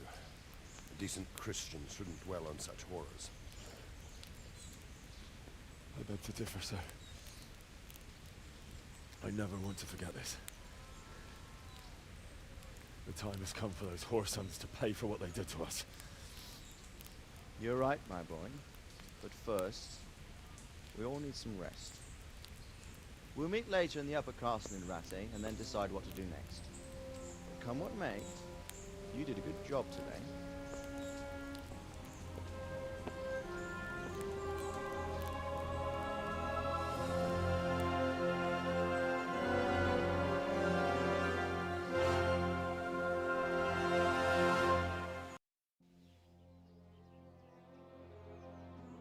I will make you pay for this.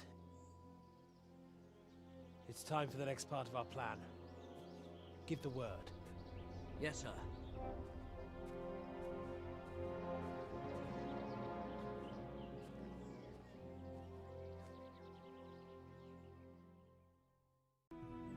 My lord, I'm afraid you were right when you said these hostilities wouldn't end at Pribyslavitz. That comes as no surprise. What has happened?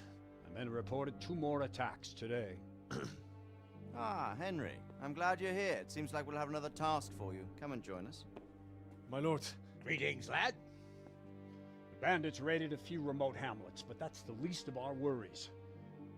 They also attacked Merhoyed, and that's a much more serious matter. Merhoyed? Matthias is working there. They attacked right after the battle in Pribyslavitz. Bastards were probably trying to prove they're still strong. But there's a silver lining. The villagers held them off, and they even took one captive. He's wounded, but we can still interrogate him. Your Graces, I hope I'm not intruding. On the contrary, Master Tobias. Unlike Bernard, you are the bearer of good tidings. Or so I gather from the coin you carry. Tell me, how many groschen did we find in Pribyslavitz? My lord, I'm sorry, but my news is no better than Captain Bernard's. These coins are very good. That is to say, well-made facsimiles, as we call them. What? I don't give a fack what you call them. I want to know what they're facking worth. That's just it, sir. They're worth nothing. Are you saying what I think you're saying, Master Tobias? This here is just a pile of copper. Kurva! Fuck! Plated with silver, so it's still of some worth. Kurva! Fuck! Is it a lot of work to make such counterfeits, Master Tobias? I should say so, sir. Highly demanding work. Especially to make such plausible forgeries. They would need a well-hidden foundry, several craftsmen, and a source of material. But they could just be brought in from somewhere else, could they not? Well, they could, but then again, the silver mines are nearby, and these groschen seem freshly minted, so... So we are facing a foe who has almost limitless sources of coin. That's all we need. Doppelder. Well, gentlemen, it's clear what we have to do. Interrogate that captive bandit, find out their numbers, and promptly cut off their supply of money. Otherwise, they'll soon have another encampment. If they haven't already. I doubt it, sir. Merhoyed wouldn't have been able to hold them off if they did. Well, lad, I said we'd have work for you, but it never crossed my mind there would be this much. You've already proved your worth as an investigator, so I'm putting my faith in you again. Go to Merhoyed and question that captive. Find out where those brigands are hiding, how many there are, and what they're planning. And while you're at it, see if you can find some clues as to where this counterfeit coin is coming from. Very well, sir. Good luck. We're counting on you. All of us. Come report to me as soon as you know anything. I'll be at the lookout point near Talmberg.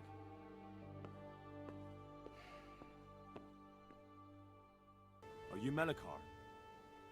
Aye, that's me. I need to speak with the prisoner. And why is that?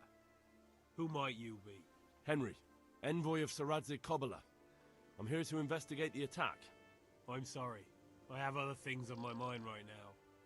In case you hadn't noticed, we have pestilence raging here. And Sir Adzig won't help us with that. Any more than he helped us when we were attacked. No news has reached Ratai of any disease here.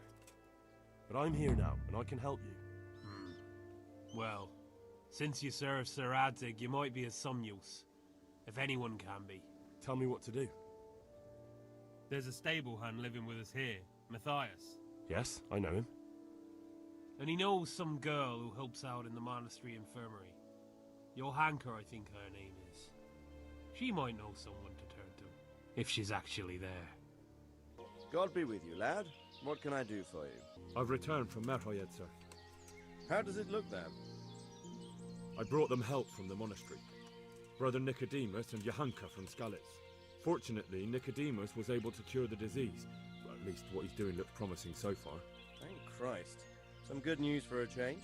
What about the captive? Did you question him? He was infected too. I see. Did he survive? Fortunately, he survived and I had a chance to question him. What did you find out? He was transporting the false coins to Privislavitz. He got them from some merchant called Menhart. I don't know him. Neither do I. But I know where the money's handed over. It's not far from Rovna, and this Menhart should be waiting there about now. Excellent, Henry. We mustn't let this opportunity slip through our fingers. You go there and put pressure on this Menhart to tell us what he knows. Don't go yet. There's something I'd like to talk to you about. God be with you.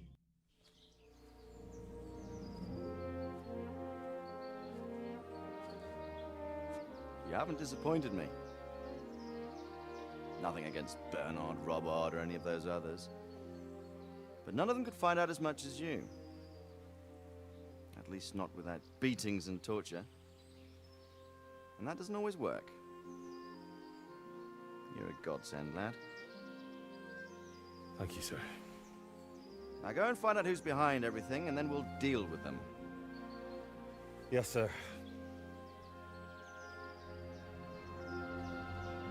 Sir. What is it? Sometimes I ask myself what it all means. Why does God allow such things to happen? All this slaughter and revenge, over and over. It's a hard question. I'm no theologian. But long ago I came to the conclusion that the only thing that makes sense is that it's all a trial. Life is one long series of problems to solve. The more you solve, the better a man you become. I never thought about it that way.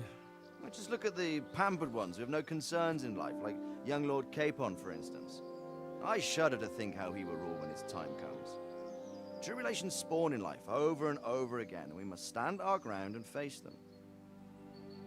So, I go to Sasso and solve this one. You can rely on me, sir.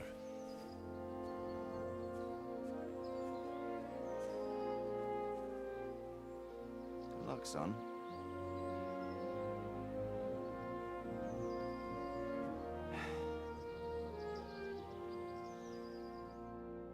Who are you? Do as I say, and you might walk out of here alive. What? What's that? What do you mean? Don't worry about it. Just answer my questions, and I might even help you. Well, if you say so. Who is it you work for? Who did the wagon belong to? To Menhart. He's some kind of merchant who hired me for protection. But that's all I know. And where's this Menhart disappeared off to? No idea. I blacked out after the attack. Only came to my senses once I got here. I don't even know where here is. Who ambushed that wagon? A knight. He's been following us for a while. And where did he go? I don't know. I got a beating, and then I passed out. Tell me more about the knight.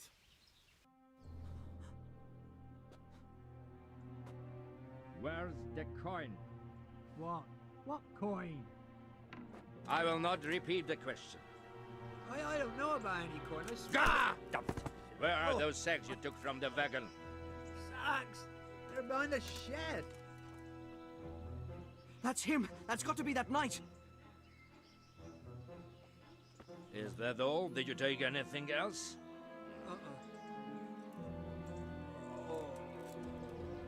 Fuck! Stop! Stop right there! Well?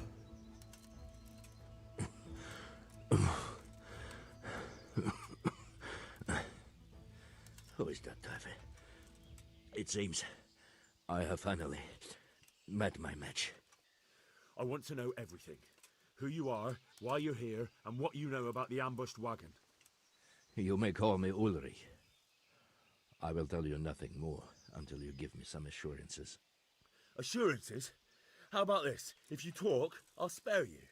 Do you expect me to believe that? I know full well how these stories end.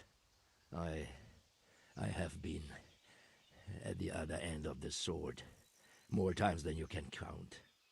I give you my word. The word of a thief? Jesus. It is true what the preachers say. This world has gone quite mad. You had better kill me. I'm finished, anyway. Just as you are. Unlike you, I'm not a criminal. You believe that the forging of money is an honest trade? I've got nothing to do with that. I'm not a forger, I'm the one investigating them. What? What are you saying? I'm in the service of Sir Radzig Kobyla, Governor of Skalitz and Royal Hetman. Then we have something in common. I also am here under orders from above. From who? Perhaps you might sheath that weapon, so that we may talk eye to eye. If we do indeed have a common cause. Stand up. It is true our meeting has not begun well. But if it is the truth that you are sent by Kobyla, then we can assist each other. What do you mean? I found out many things, but there are still questions I cannot answer. And the last man who knew anything is now dead. What man was that? Meinhard, the merchant from Passau. Listen, I will explain everything to you, but first, I need you to do something for me. Oh, really? You will introduce me to a certain person, and I will tell you everything I've learned. I don't think I could honestly recommend you as a suitor to any of the ladies I know. Your wit is as piercing as your blade. Fine, who is it? Master Tobias Pfeiffer. If you truly serve Sir Radzig, then you must know him. I think I know who you mean. What do you want him for? I have here a written confession which tells how those forgeries are made, but I do not understand such technical matters. Master Pfeiffer, however... We'll definitely be able to make sense of it. And you'll give it to me, just like that? It seems I have little choice. This is the last lead I have. In the meantime, I will return to Sassau and see what I might learn there. Shouldn't you go with me to see Pfeiffer? No. I must remain in Sassau. I have some loose ends that must be tied. Who are you working for? I understand why you wish to know, but this does not mean I am at liberty to tell you. That sounds a bit fishy. It is simply that my master does not wish to be revealed. And if we are to help one another, that is how it must remain. Greetings. What business have you? Master Pfeiffer, I need to speak with you. I found out something about the counterfeit coin. Did you really? Do tell. Close to Rovna, I came across a wagon that was transporting the false coins. Unfortunately, I came too late. The carter and his men were dead. Damn and blast. Do you know who did it? Yes. A certain knight turned up there. Turned out he was also after the forgers. Well, that is indeed unexpected. Tell me, what did he say? His name is Ulrich. He looked like a knight, but he refused to show his master's colours. Ulrich, you say? Could be anyone. Can you describe him? An older man with a moustache. But for all his grey hairs, he seemed pretty tough to me. Doesn't match anyone I've heard of. But then we don't even know if Ulrich is his real name. I asked him who his liege was, but he refused to tell me. We live in such strange times. In days past, knights would vie with each other to see who could extol their liege's name the loudest. And today, they take assumed names, hide their emblems, and sneak around the land like thieves. I got the impression he was hiding his identity because his master's at odds with Sir Radzig. That may well be. As a staunch supporter of the king, Sir Radzig has many enemies. He gave me these documents to show you. He seemed to think they prove he was telling the truth. They're the records of the interrogations in Passau, and some other things he said you'd understand better than him. Let me see. We, the aldermen of the city of Passau, interrogation held this day, put to pen by the quaestor. The place of origin is a monastery in the land of Bohemia. Which certainly confirms my suspicion that something underhand is going on in Sasso. Coin assay report. Copper core coated with amalgam. Ah, but this is interesting.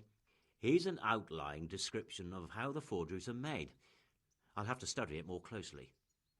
We command Herr Ulrich to investigate and let no man stand in his way. This looks like the original safe conduct. It has the seal of the Passau alderman, but they certainly didn't pen this. How do you know? I recognize the hand. It's a Clement of Kaplitz, the high scribe of the Rosenbergs. The Rosenbergs? Who's that? A rich and powerful family in South Bohemia. Burgrave Henry III is a great rival of our King Wenceslas. So what does all this mean? Well, it certainly explains why your knight is so mysterious. Anyway, we should be careful. And we shall begin our investigation. The documents show they use silver amalgam for coating copper fakes. That's a lead we can follow. What? Silver amalgam. It's produced from quicksilver and silver. Well, that doesn't sound like something just anyone can get hold of. You're quite right. You will go to Sasso at once. Look around the forges in the city. Someone must be working copper for them. I, meanwhile, will take counsel with Sir Radzig and then follow after you. Where shall we meet? At the inn on Sasso Market Square.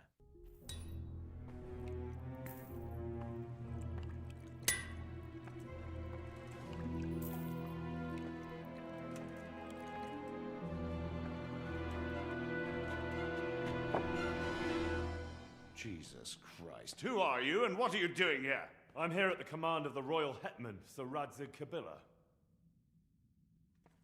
And who's he? That's no concern of yours. I'm sure we could come to some sort of agreement. I have plenty of coin. We can come to an agreement that you'll keep your mouth shut. Please, don't take this personally. Wait! What? Do you want to do it? Be my guest. It gives me no pleasure. You can't kill him. I have orders to take him to Ratai. That is unfortunate. I have orders to kill everyone involved in this business. You can't do that! I have no choice, as you are aware.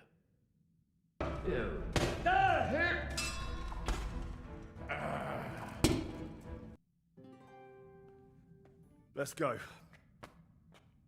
Master Fayfar is very keen to meet you.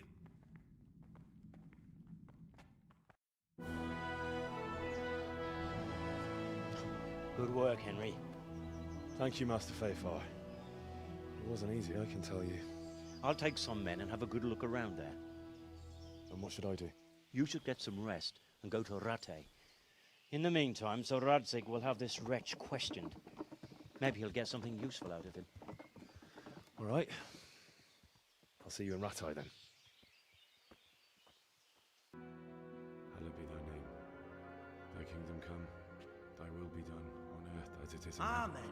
What?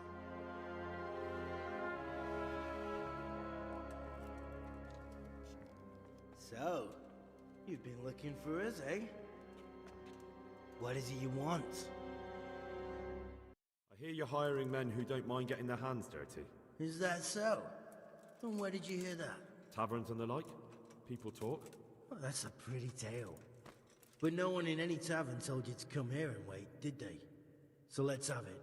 Who told you? I don't recall his name, but he was one of your friends. He said that he couldn't take me straight to you, that I had to go through the church. He was right about that. But he still said more than he should have. I know my way around. You won't go wrong with me.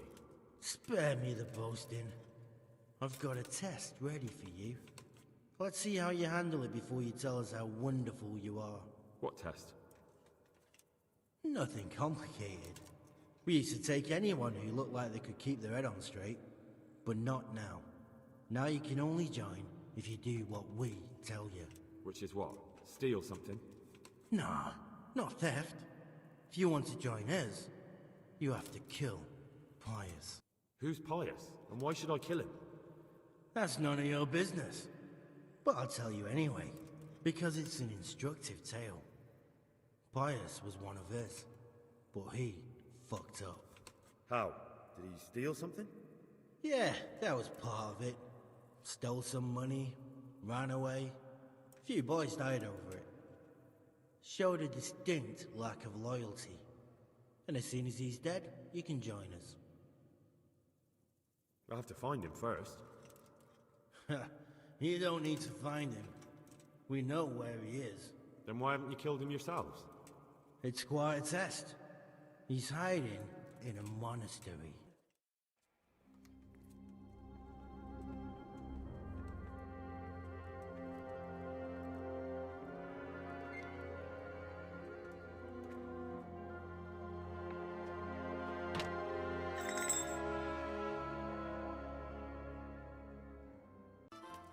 The Lord be praised. What brings you to me?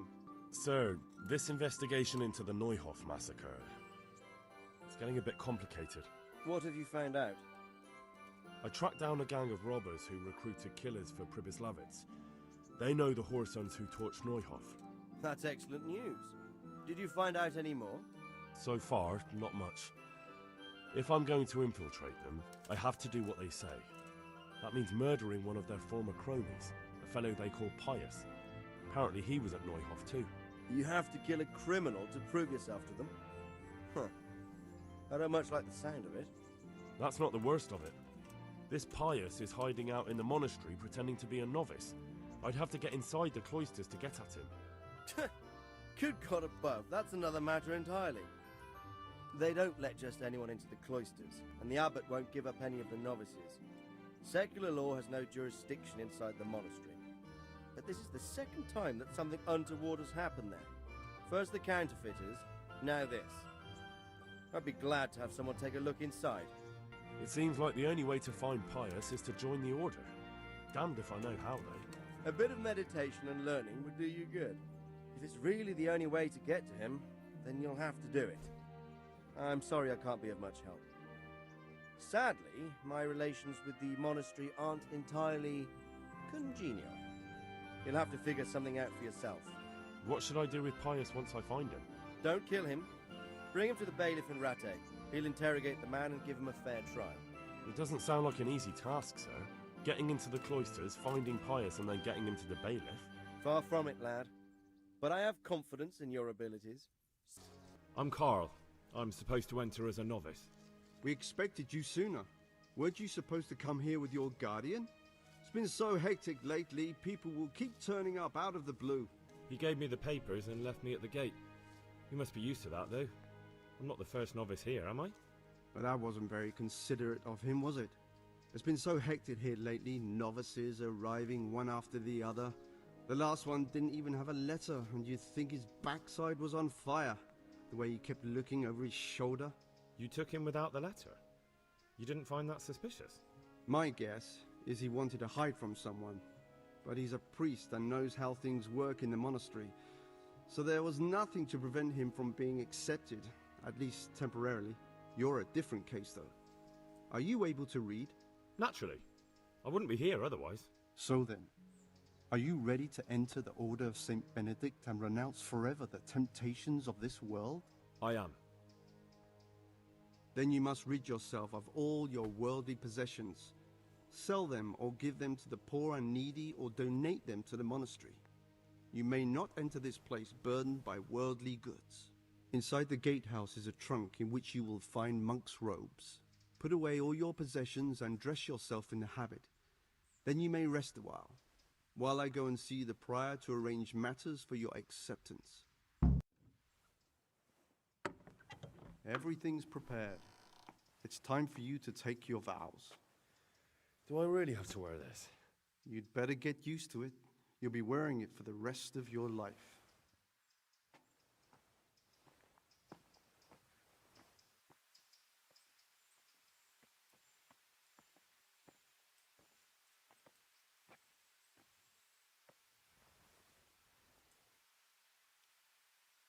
Gloria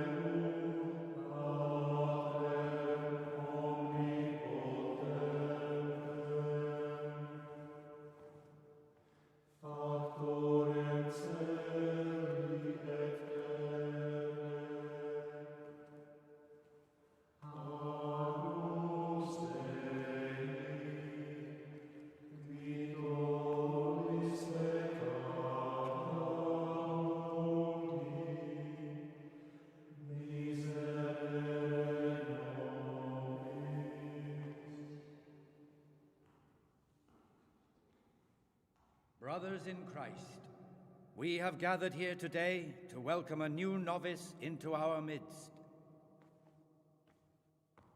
Dear brother, forget your former life and embrace your new vocation in the community of the monks of St. Benedict. Opus Dei, obedientia, obprobria, the service of God, obedience, and endurance of all discomfort. These are the cornerstones and succor of our order, which on this day shall become your own. Suscipe me, Domine, secundum eloquium tuum et vivam, et non confundas me ab expectatione mea.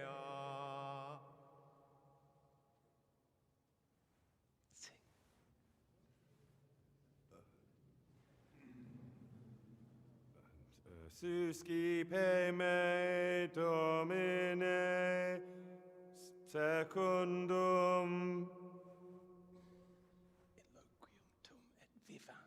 in loquium tuum vivam,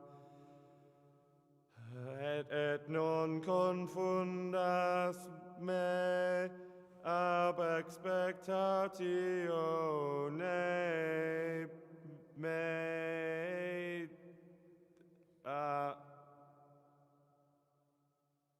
Accept your new name, Brother Gregor, and wear it with honor. Welcome, brother.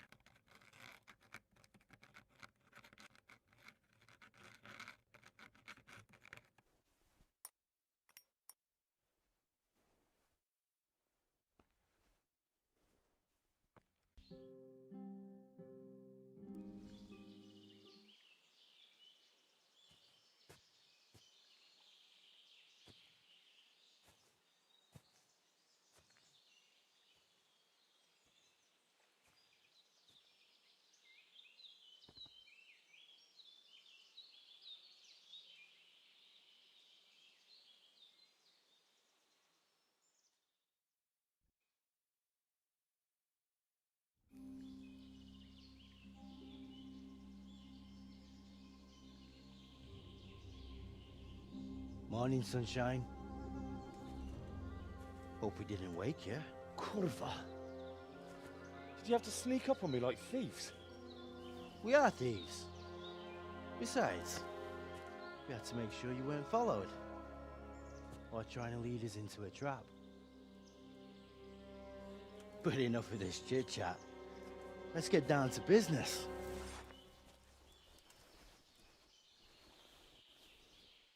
We heard there was some trouble at the monastery. Question is, was it the right sort? Did you do that job we agreed? Do you think I'd be sitting here if I didn't do it? How should I know? The world's full of idiots. It's done. You've got proof? He had this on him. Aye. That says all right. What did you do with the body? I dragged it away and buried it. That must have been quite a job. True, it wasn't easy. But if I'd left the corpse, they'd know for sure I was the killer. This way, they just lost a couple of novices. Or do you think it would have been better to leave the body there? Nah. I just have to make sure you did what was needed. Not even a mouse can get into that damn monastery, so no choice but to trust you. And do you trust me? Yeah. What now? What now? You did your job. Welcome. We need people like you. But what do you need people like me to do? I'm just a crimp. All I do is recruit. Now you get to go to our camp and find out everything you need to know. Where? Are you seriously telling me you didn't notice the camp? Not too observant, are you? Well, there's a hill above Sasau, and on top there's an old abandoned fort. Only it's not as abandoned as it used to be. That's where the camp is. Go there and report to a fellow by the name of Eric. Tell him Kozliak sent you. And they'll let me in just like that? Good point. I almost forgot. At the gate, show them the special dye you took off Pius. That's our sign. That's all? That's all. You'll learn everything you need to know at Vranik. And hurry up. I've got a feeling there's something being planned.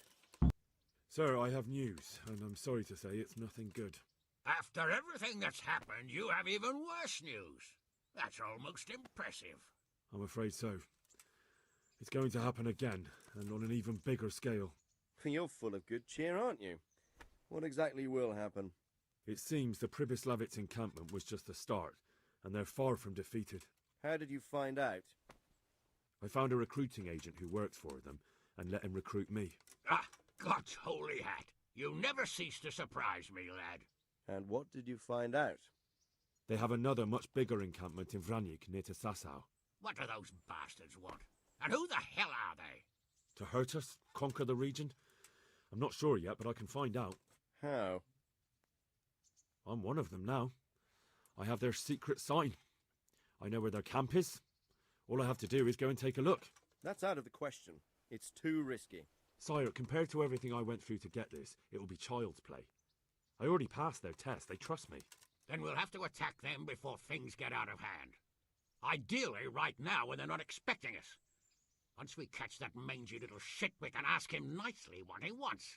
But then again, before we attack, it would be useful to have a spy go and scout out how many of them there are and what they're up to. I don't want you to take any unnecessary risks. It's much less risky than our raid on Pribyslavitz. All right then, Hal. Go there and find out how many of them there are, and what their plans are, whatever you can. But don't stick your neck out too far. Yes, sir. Godspeed, lad. What do you want? Let me inside. Inside, eh? What's the password then? I came here for a game. Show me that. Aye. All right. Welcome to Vranik, comrade. Thank you for your kind welcome, comrade. Who should I report to? Eric. He should be in the house, at the top. What do you want? Kozlik sent me. Ah, more reinforcements. You're the one from the monastery? Yes, sir.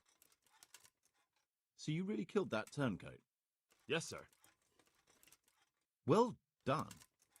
I heard about you, and quite honestly, I didn't think you'd succeed. So can you handle a sword? Yes, I know what I'm doing. Well, I think it's best if we put you to the test. Go to our combat master, Vanyek. He'll soon find out what you're made of. Just go downhill, as far as the stockade.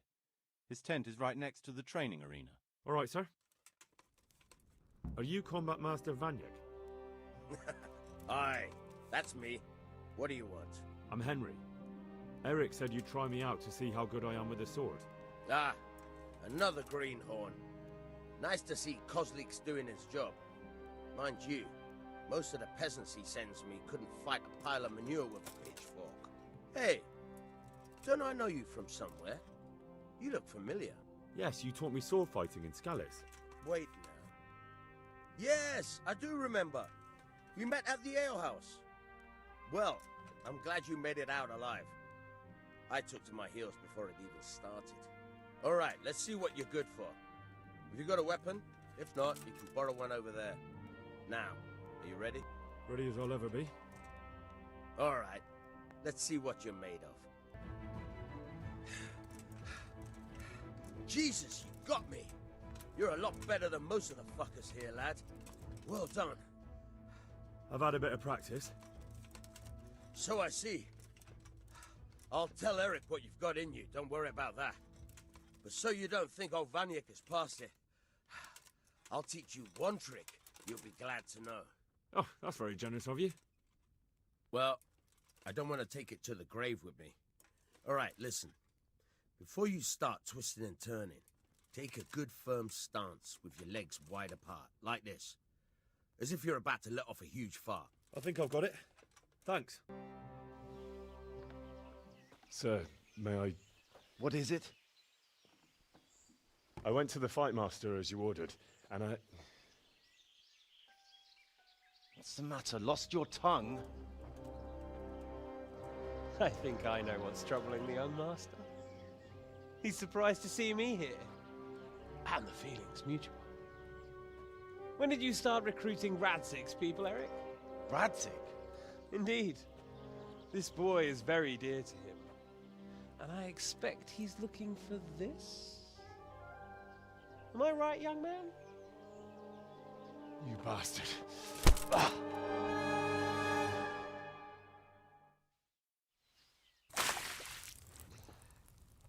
He's coming round.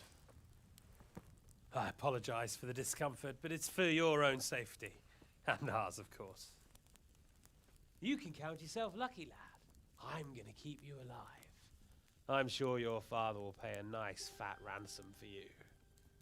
My father's dead. That lackey of yours wouldn't even let me bury him. He doesn't know, Eric. Nobody told him. He told me, a foreigner, but not him. How very inconsiderate. I'm sure you'd rather hear it under different circumstances and from someone else, boy. But beggars can't be choosers. Your father, your real father, is alive. You even know him. It's your liege lord, Radzig Kobyla. Although, how much can he really care about you?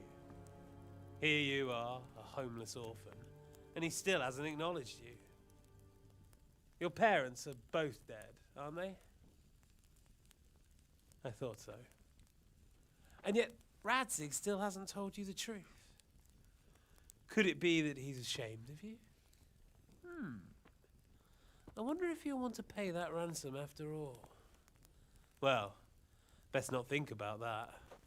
If your father won't pay your ransom, you have no value to me. My father's dead.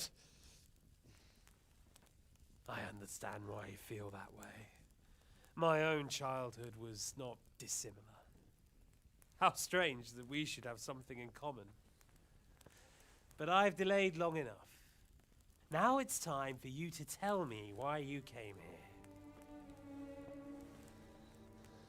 I was looking for my father's sword, which was stolen by a certain bastard. And I found it. But I wonder which father you mean. In a way, it belongs to both. Doesn't matter who it belongs to. I'm gonna kill you with it. You're hardly in a position to threaten me. But now I think of it, why not? When your father, your real father, pays, I'll give you an opportunity to try. I think that's very generous of you. Isn't it? Radzig will crush you, and I'll be there to see it. I very much doubt it. You spied on our camp. You must realize that your father hasn't a fraction of the forces I've gathered. And now, with the king in captivity, there's no one to levy troops to come to your aid. Even united with Hanush and Divish, your father couldn't raise more men than I have. The only force in this country capable of defeating me is Sigismund's. And he pays me. When he wins, I win. Everything I take now will be mine, and I plan to take everything. So meet the new lord of the realm. A man like you will never rule here. Have you never heard of Lord Sokol of Lamberg, or Sahinek the Dry Devil? They fought for your king and plundered the estates of the lords in Austria, just as I'm doing here. Like they say, the stronger dog fucks the bitches. And war is a nasty business. Sir, it's time. Now, I'm afraid I have more important business to attend to. I'll leave Udo here to keep you company. And let's hope for both our sakes that your father pays up. Farewell. Rot in hell! Knock some manners into him, Udo. Come on, Eric, let's go. We've got work to do.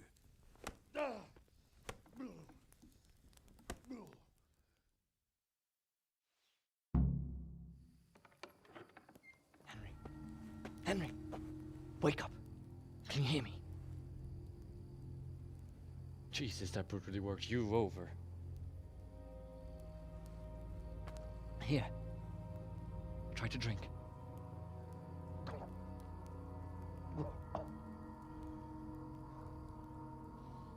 I thought you'd never come round. How do you know my name? Don't you recognize me? Zbyszek. You fucking traitor. You throw me to those bastards and then look me in the eye like nothing happened. Shh, be quiet. Maybe we started off on the wrong foot. But I'm your only chance to get out of here alive. So do you want my help or not?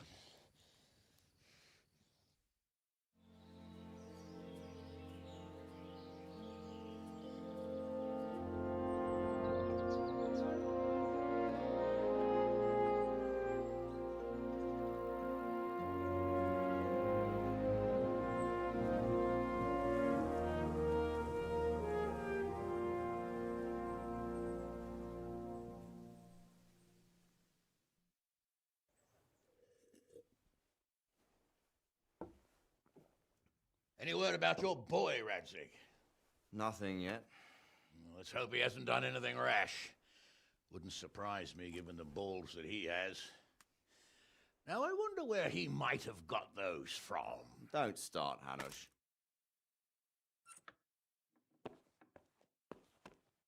I'm sorry, sir. This fellow... Henry! Father? I told you he had balls. Well, I see that you haven't been idle, and we'll certainly need to have a talk later, but not quite so publicly. Looks like you have plenty to tell us. What happened? I got a bit tied up at Vranyik. But now I know what they're planning. What's being planned? And who's planning it? Spit it out, boy! There's no longer any doubt about it. It's that Hungarian noble you were hosting on the same day Sigismund pillaged Skalitz. Sir Istvan Toth. Toth and his people. Everything fits. They're the ones making the counterfeit money and using it to hire mercenaries from all around. He's already got quite an army at Vranyik. But what the fuck is he after? I can tell you exactly, and you won't like it. How's that? I had quite a long talk with him. What? When I was trying to get into his camp, I was taken captive. We had a bit of a chat. Actually, he told me his entire plan. What? I suppose he thought he didn't need to keep it secret any longer. I'm not all that surprised. Why not? What's that bastard planning? He's in the service of Sigismund. He wants to destroy King Wenceslas' allies. That means us. He's gathered a very large force. I'm honestly not sure if we can defeat them. And he knows no one will come to our aid now. That fucking cunt! I'll skin him alive! How many men has he got? More than 100, I'd say. And how secure is their camp? It's an old abandoned fortress on a hill above Sasau. It's inaccessible from 3 sides, surrounded by a timber palisade. Bastard! I'll crush that rebel of his! That's easy to say, old friend. It seems Toth isn't taking any chances. Together with Divish, we can muster enough men. And we can all see there's no time to waste. That bastard wants a battle? Much better we pick a time and place than he does. Undoubtedly. We have to take them by surprise. It would be best to attack tomorrow night. We can't get ready any sooner. That's what I like to hear, Radzig. Henry, I want you to get yourself fixed up and then go straight to Sir Divish of Talmberg. Tell him to assemble all the able-bodied men he can and bring them to Vranyik tomorrow evening. We'll wait for him there. Yes, sir. Finally, a chance to show I'm not carrying a sword just for ornament. What is it, Henry? Is there something else? The thing is, we have to deal with Zbyszek. I see. And who is he? Zbyszek is from Skalitz. He helped me escape captivity and saved my life. I promised him a reward for it. Indeed. Well, Spishak, if you saved my son's life, I'm grateful to you. As a token of my gratitude, please accept this reward. Thank you, sir. Thank you for your generosity. And under the circumstances, we won't ask how you came to be with that herd of swine at Vranik. So you'd better get out of here quick, before I start thinking about it. Yes, sir. Thank you, sir. Goodbye, my lords. Thanks, Henry. God be with you. Get a good meal inside you and get those wounds tended to. You look wretched. And if you need equipment or armor, tell Bernard. He'll give you what you need. Yes, my lord. No more, my lord. I'm your father. I swear, Hal, I plan to tell you. I'm sorry Istvan, of all people, beat me to it. But now we have more urgent matters to deal with, Later we'll have time to talk about it. What do you say? As you wish, my lord. Father. Good. Now go to Divish as quickly as you can, son.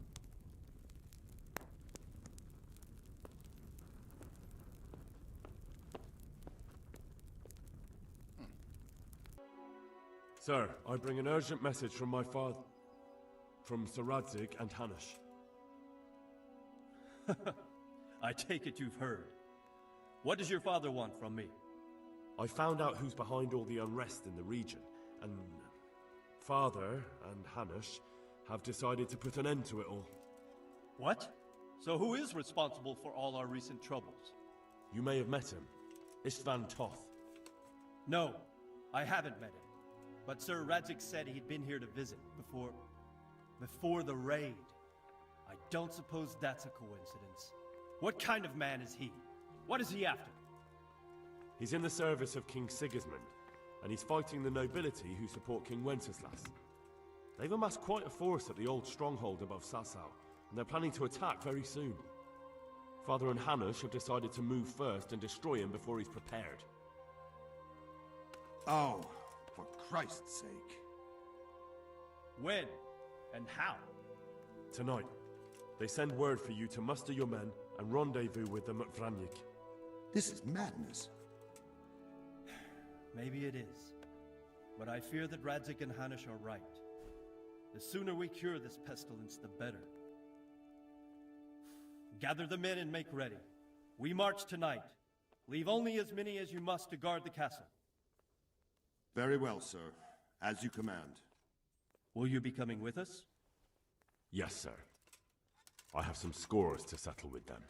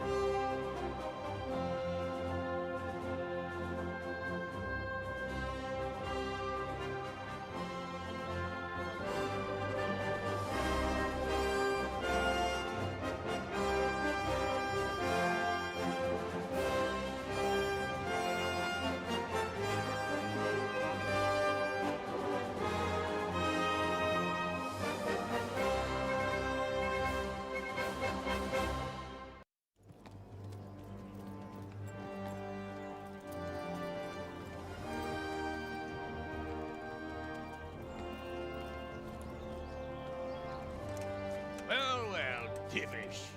I see you don't want to miss the show. You didn't expect me to leave all the glory to you. Never. We wouldn't dream of starting without you. What news? Did you parley with them? We did. And what was the outcome? Not quite what we hoped for. Radzig wanted to go parley with him in person. Fortunately, I talked him out of it. It seems that this will not be resolved without a battle. Bloody good thing, too. Finally, we'll have some proper entertainment in the countryside. Fortunately, my son here showed immense daring and made his way into the lion's den to spy on them. Tell us what you saw, lad. What do you want to know, exactly? Well, let's start with how well fortified they are. The outer palisade goes right around the whole camp. On a small hill inside it, there's a half-demolished farmhouse that's ringed by another palisade. That's where I was held prisoner, and that's where Toth's based. Him and his inner circle. Can you tell us how many tents there are and how they're arranged? There might be 50, maybe 60. Most of them in the right-hand side of the camp. And the men? How many men strong are they? Quite a few. At least 80. Huh. We don't number much more than that ourselves. We do outnumber them, though, even if only by a few men. And our men are well armed and disciplined. The foe, nothing but a rabble. From what I've seen, it's best to attack from our direction. How does it look from the other sides? The east side is all rocks, so no hope of launching a major assault from there. On the other hand, that's the way I escaped. It's where they throw all their waste. The heap's already so high it's almost to the top of the palisade. Now that is interesting. The ramparts are long. If there are as many of them as we think, they can hardly keep watch over the entire length. Attack with full force at the gate, and they won't have enough men at the rear. That's an excellent strategy. But then I'd expect no less from you. If we cause an enormous uproar at the same time, they won't know what's hit them. Uproar? You said they have tents there? Yes, sir. Well, if I'm not mistaken, tents usually burn rather well. And we have quite a few archers. You don't do things by halves, Divish. So, I believe we have a plan. Robard will take 10 men and sneak to the rear of the fortifications. There's an entry point, but you must remain hidden. I will do my best, sir. That shouldn't be too hard. They'll have other things to worry about. The rest of us will launch a frontal assault. Rain burning arrows on them and then attack. Those bastards won't know which way to turn. At that point, Robard and his squad will strike from the rear. I think it's a good plan. God be with you, my friends. We'll wipe those whore sons off the face of the earth.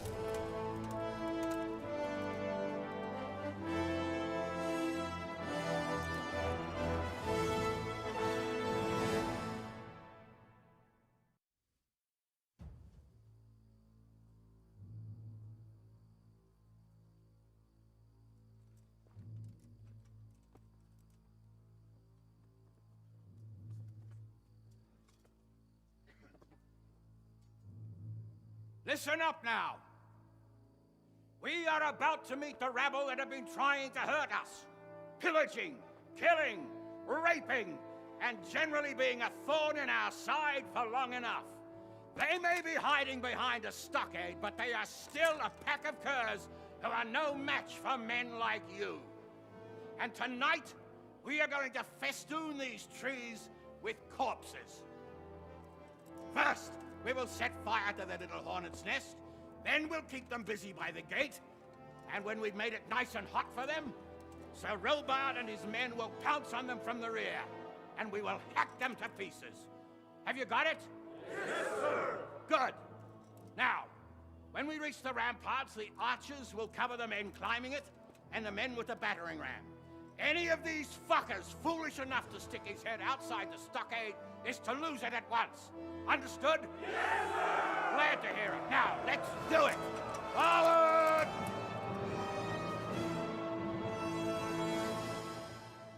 Where's that Hungarian bastard? Why isn't he here?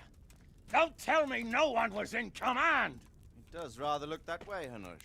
Henry, where's Toth? You said he was here. He definitely was, sir. I've got the cuts and bruises to show for it. We have to find out where he slithered off to. Look for clues. Anything that will tell us what he's doing. Sir, this was all I could find. A letter? What does it say, Radzig? Alongside hunting, drinking, and swordplay, you might find time for a little study, old man. In the courts of Prague, every Tom, Dick, and Harry can read nowadays. Yes, well, here in the countryside, we don't give a tinker's curse about such things. That's what I've got a scribe for, anyway. What does the damn thing say? It appears to be written by Toth, but it doesn't say to whom. It says everything is going according to plan, and the castle should soon be taken. Castle? What castle? What does he need a castle for? Sir, we took this one alive. And it seems he's not just some ordinary spear carrier. Where's that rat Toth? Where did he go? Speak, damn you! He's thwarted you again, hasn't he? If you play your cards right, you might come out of this in one piece. Where is your lord? He was here yesterday, wasn't he? Come now, sir. We both know where I will end up. My lord is gone. He took most of the men and left. Where has he gone? What is he planning? He writes here about taking some castle. Which castle? Oh, some nearby castle. Left completely unguarded. Now I wonder where it could be.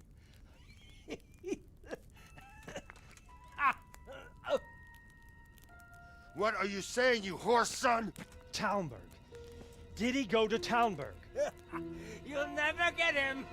You'll never get...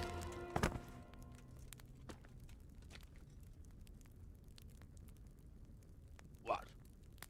Were you planning on sending him to some monastery to become a monk? I believe we have some work to do, Sir Divish, do we not? Mount up, gentlemen. We don't have any time to waste.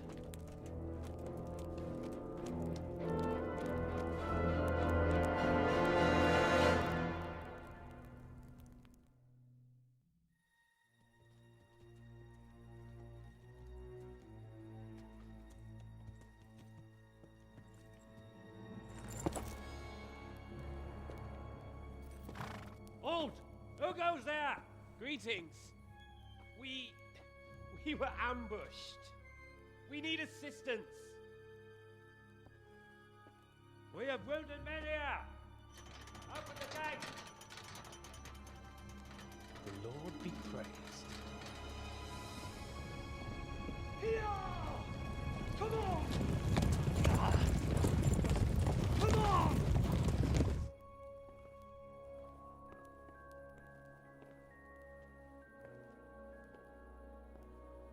Lady Stephanie, I really don't think we should... My lady. Faster, man! Come on, faster! My men are gravely wounded. Without treatment, I'm afraid they won't live to see morning. Hiya! Hiya! Not to worry. We'll take care of them. My lady, you have my uttermost gratitude. May God reward you for your kindness. Every Christian should help his neighbor in his hour of need. True. Especially now, when treachery and deception surround us on all sides. Get out of the way! The devil lurks in the shadows. Come on! And one fears taking a guest into his house.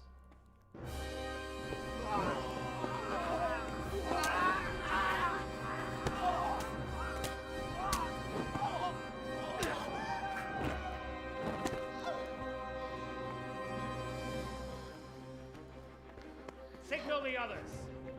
Yes, sir.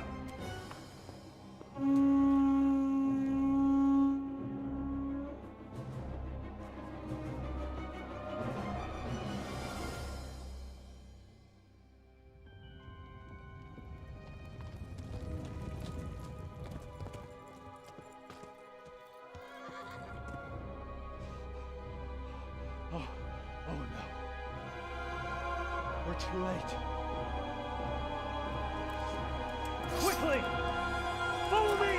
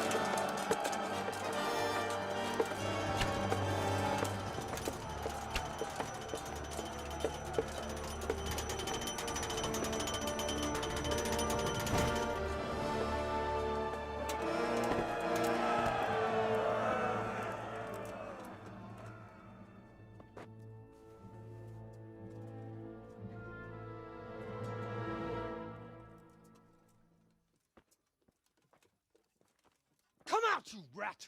Come out and fight like a man! I don't think so. I like it better right here. Would you rather hide behind my wife like some mangy whelp? I could just as easily cut her throat. I have hostages enough, and strong walls to protect me. Bring him here.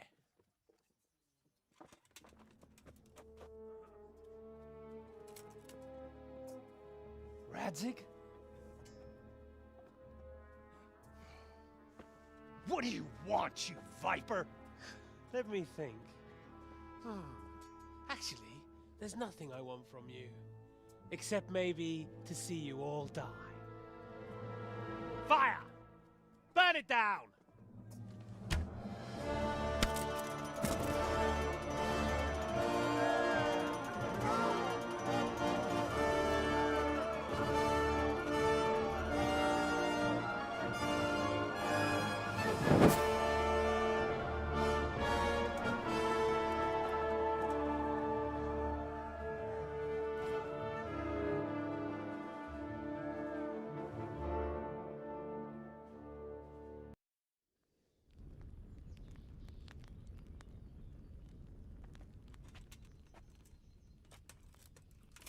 Christ.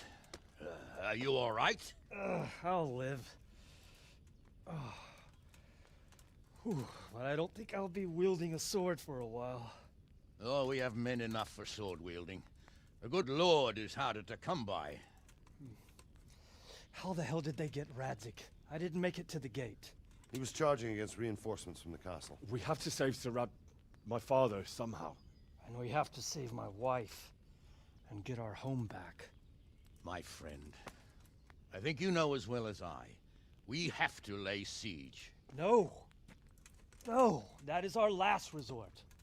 We have to try all our other options. Sir, if a few men could scale the western wall after dark, maybe they could get inside, free the hostages, and open the gate. That is, if they're holding them in the courtyard, as we've always done. Well, that's a big if. What if they're seen and they can't raise the portcullis quietly? Sir Hanush, if we can save just one hostage... It's a perilous undertaking. Who would you send? I'll go.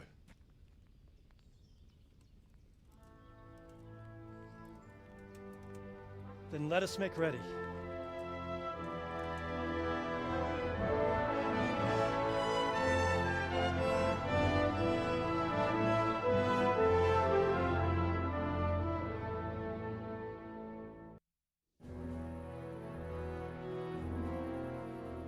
If any of you are having second thoughts, this is your last chance to speak. Very well. So I hope we're all clear on what has to be done.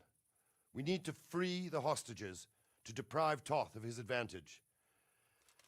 Now he'll be keeping them somewhere where they can be guarded, but somewhere separate from his other men. And where would that be? We always kept our captives in the house on the bailey by the stables. What if they're in their tower or somewhere else? Then we'll have to go to the gate and try to open it. But that will take time and attract attention. So we can only do it if we know exactly how things stand. And if they sound the alarm, before we've done anything, we get out of there quick. Understood? And leave them there? Better a couple of hostages than a pile of corpses. Lord Capon, are you quite certain you want to engage in this action? Quite. After all, it can't be much different from sneaking out of the upper castle in Rattay and back in every night. Besides, who else will keep this hothead from raising bloody mayhem? Well, see to it that you do, my lord. May God guide our footsteps.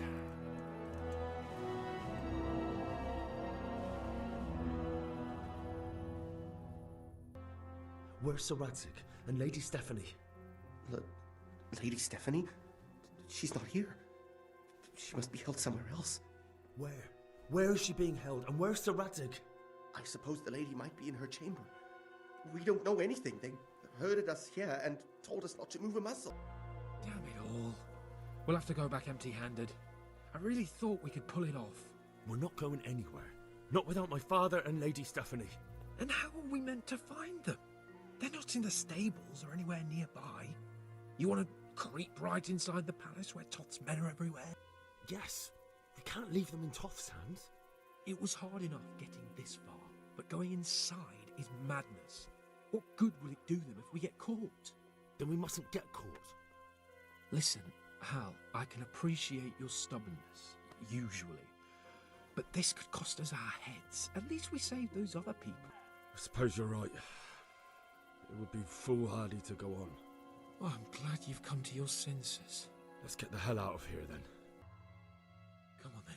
Let's get the fuck out of here before they catch us. Gorva! Fuck my ass!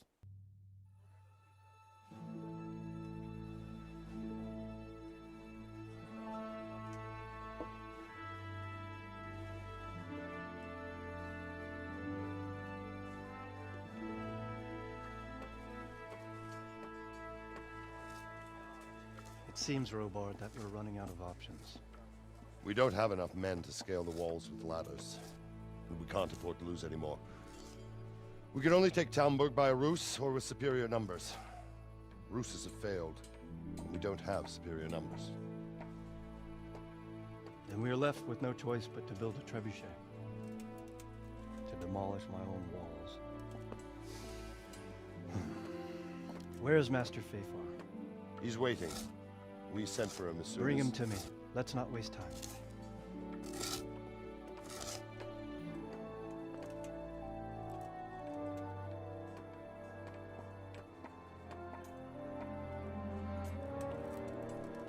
Sir Divish.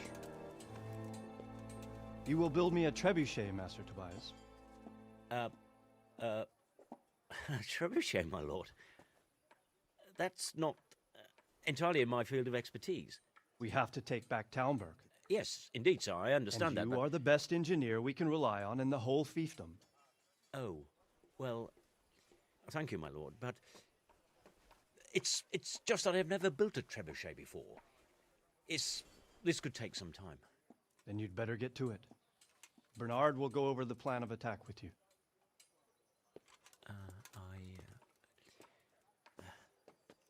Oh. Well, Master Tobias, you have much to do and little time. I will not keep you any longer. Indeed. Of course, sir. Thank you, my lord.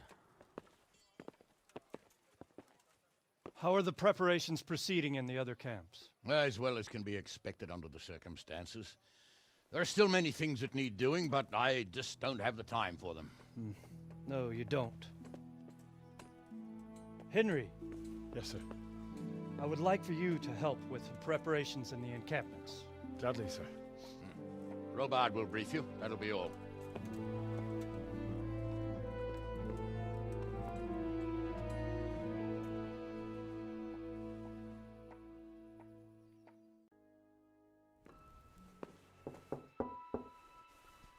Enter.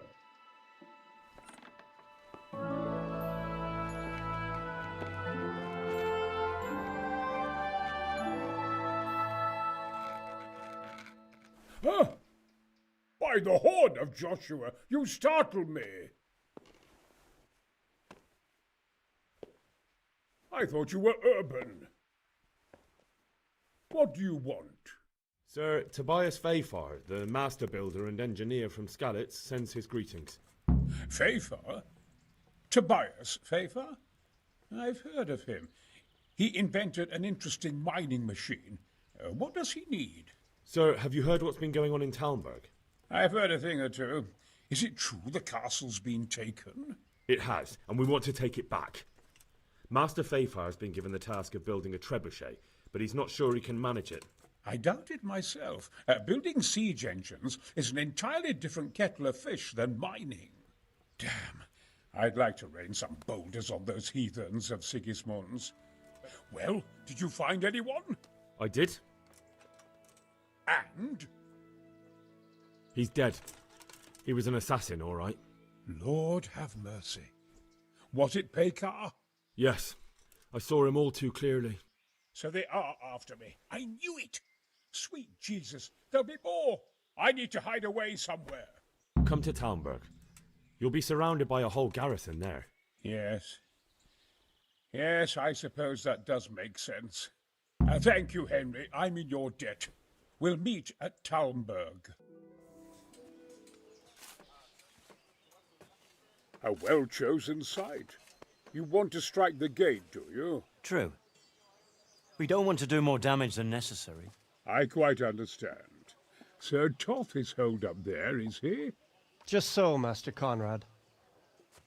I hear you have some accounts to settle with him. Ah, not entirely. I've done with him. Sigismund trusted him more than me in his campaign against the Ottomans, and we all know how that ended up. How did it end up? Badly, my lord. The flower of French knighthood was slain there. Sigismund fled for his life, and I did too, I must confess. Be assured we shall not make the same mistake here. We do not intend to starve them into submission, but to break down the gate. I am at your service, my lords. We will build the trebuchet quickly. It will be ready in a matter of days. And I can supply, for example, Roquetta to sweep the foe from the battlements. Roquetta? I do not believe I've heard of such a term. Roquetta are missiles filled with black powder with a touch hole at the bottom to ignite it. They shoot forward, something like a hand cannon, but without rocks. The rocket is the missile. I see. But we don't have black powder in these parts. Nor cannon. Indeed. It should have occurred to me. But I am very fond of Roquetta, and I always think what Alexander the Great might have accomplished with them. I understand. We find ourselves in a conventional situation that demands a conventional solution. I'm still hoping that Toth will see sense and parley with us. He may well do so, especially when we set up the trebuchet on his doorstep.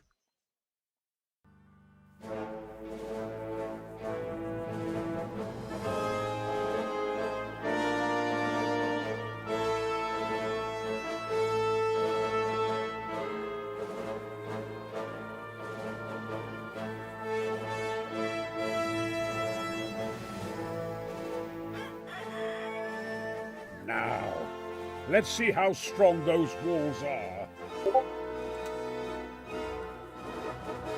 Let it rip!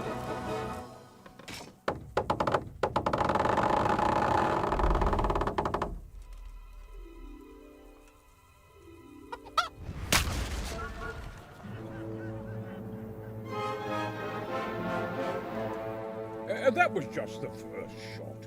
The trebuchet has to be calibrated. That's perfectly normal. I'll have the range in no time.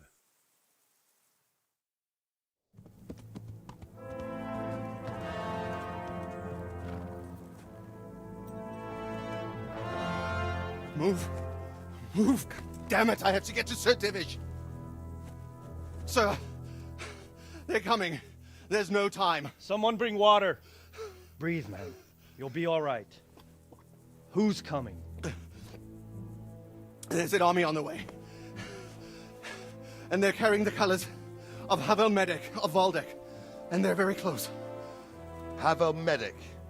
He's surely not coming to help us. Not that bastard. I have a score to settle with him.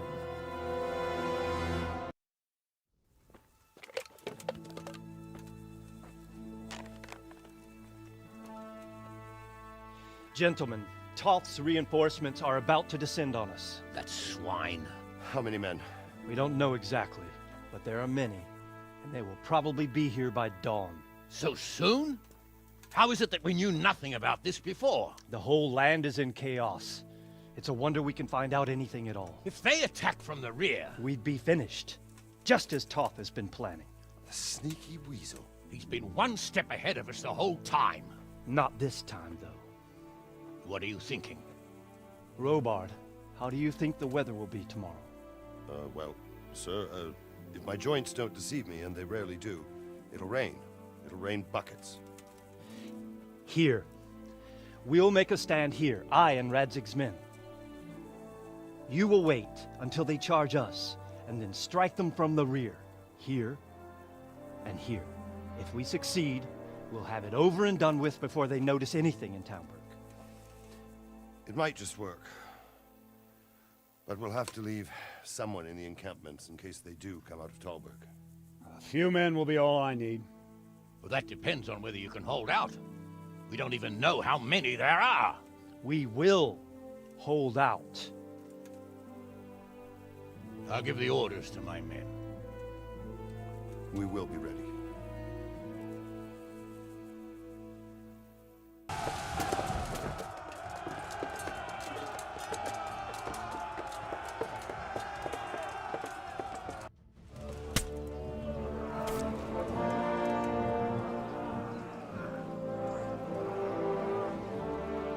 Here's their leader. What? This boy? You should show a little more respect, Divish. You'll need it when you kneel before Istvan. Oh, now the pup shows his teeth. Istvan, you say? Not Sir Istvan? Or Lord Toth? Just how intimate are the two of you? I know him. He's Eric, Toth's captain and right-hand man. Finally, some good news. Shackle him and guard him closely. Those bastards want to destroy our trebuchet.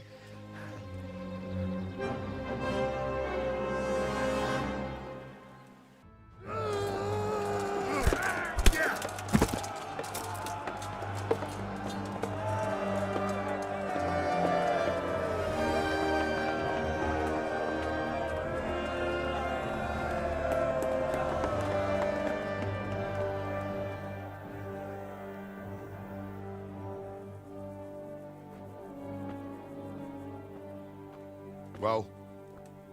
The damage isn't too serious. So we can shoot. Not just yet. Sir, what are we waiting for?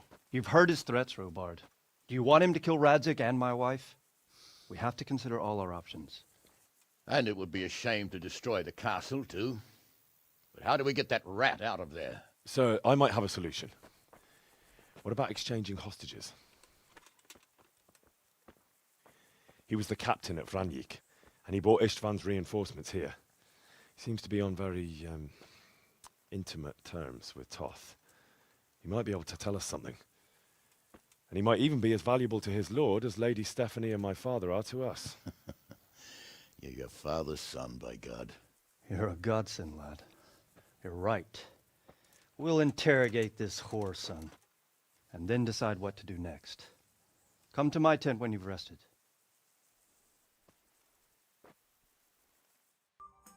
Well, Divish, I think the time has come to find out just how much Toth values our hostage. Do you want to parley with him yourself?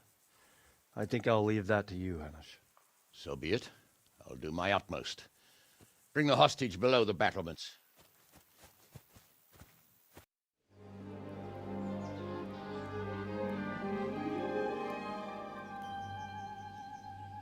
Sir Istvan! What is it? Did our neighborly visit catch you unprepared? A little, but we've settled in nicely. And this fellow is enjoying our company so much, we simply can't get rid of him. It seems we are in similar situations. Perhaps it's time to send our respective guests home. Not a chance. Do you take me for a fucking fool? Be warned. If anything happens to Eric, I'll let every manjack here have his way with this bitch, and I'll dice Kobila into goulash meat. Nobly spoken, your grace. But for all I know, you may have done that already. Divish, I'm sorry.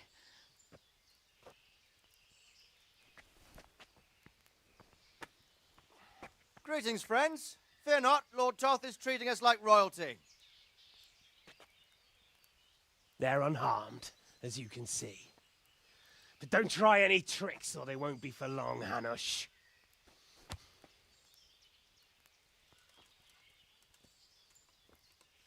It seems your lord doesn't place any great value in you, boy. Go to hell. I'm sorry. It looks like it's not going to be that easy. Well, at least we know they're alive. I didn't expect much of it anyway. He won't harm them as long as we have this fellow.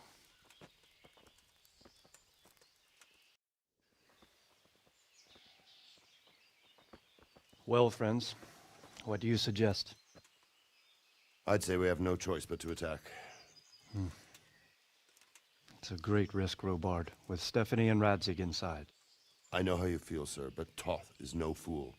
They are his last safeguard. He will do nothing to harm them until he is sure of victory. Would you be saying that if it were your wife inside? Or your father? Well, let me point out that we have no choice anyway. We don't have enough supplies to keep men here for weeks, while gangs of brigands and Sigismund's army roam the countryside. Toth won't agree to an exchange, and even if he did, we'd have to let him go. With all his men, he'd be a thorn in our sides till Judgment Day. Sir, a message has arrived. What is it? Margrave Jobst is approaching with his retinue and wants to speak with you. Jobst, you say? All right. What is he doing here? Who's Jobst? Jobst of Luxembourg is cousin to King Wenceslaus and Sigismund. He's the Margrave of Moravia. Only a year ago, he was collaborating with Sigismund and the League of Lords. He betrayed King Wenceslas and his ally Prokop. Now, he's changed sides, appointed himself the leader of the rebellion against Sigismund, and wants to liberate Wenceslas. Whichever way the wind blows. Nevertheless, it seems the decision is made for us. We don't want Jobst camping with us in front of our own castle like a band of gypsies. I'm afraid you're right, Hanish. All right.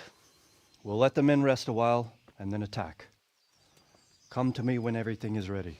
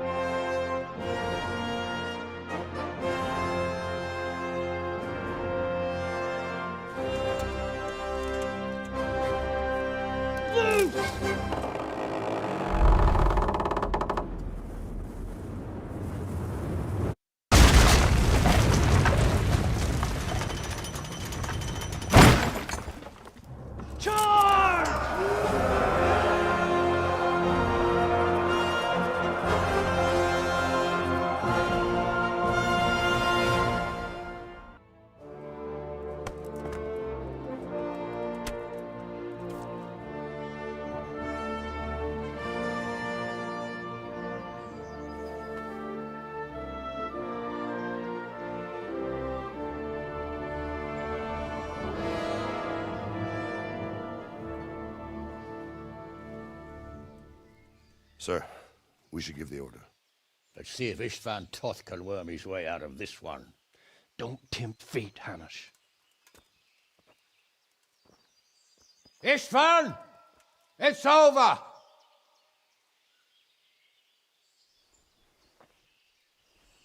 You want us to come and get you? I wouldn't advise that. Your friend Divish wants to see his wife alive again. And Sir Radzig? Are both hostages unharmed? For now, Hanush, unless circumstances change. Well, I'm glad to hear it.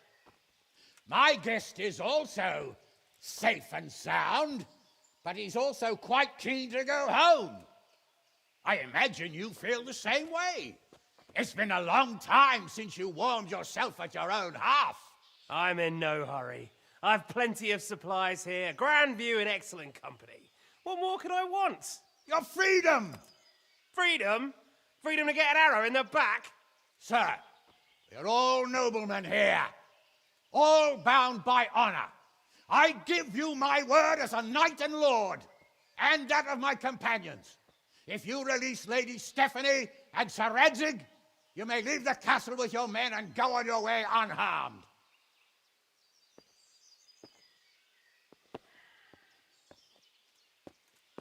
And just how far will we get?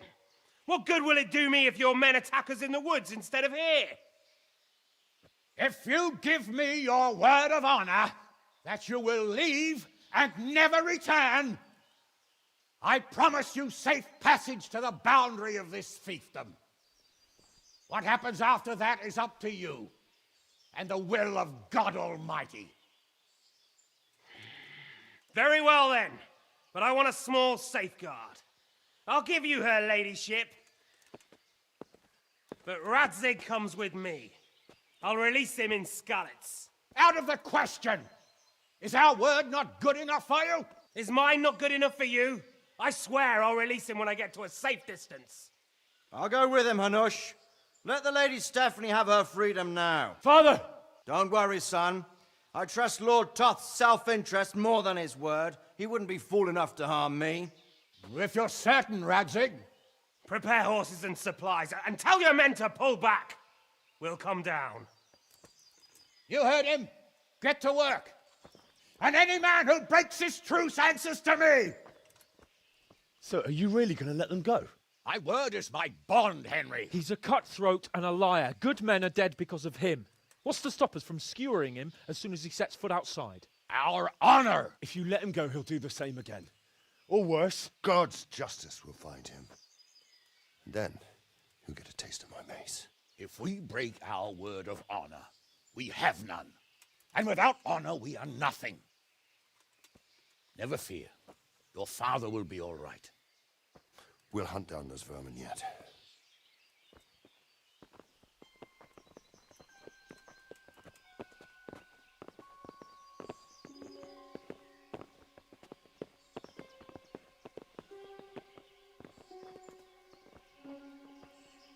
Bring the horses.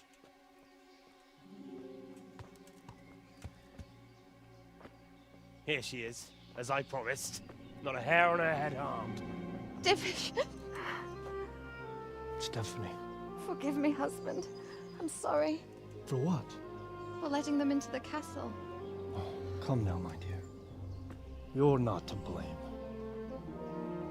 I didn't know who he was. He said he was your friend. Never mind. Did he hurt you? No.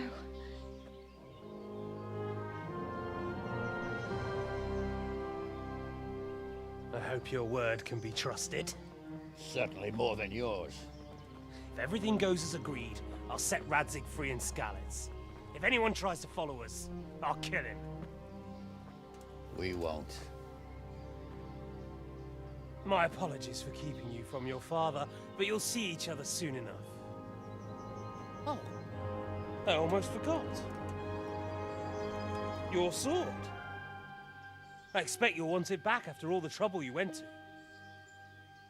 Actually, you know what? I think I'll keep it.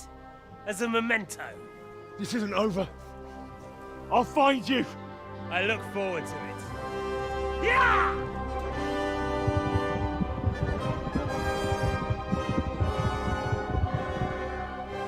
Quick! To the battlements! We have to see which way they go! Oh, they really are heading for Skalitz. Mount up, Henry. You've heard what he'll do if we follow them. We're not going to follow them. We just have to collect your father. Or do you want him to walk back here when they release him?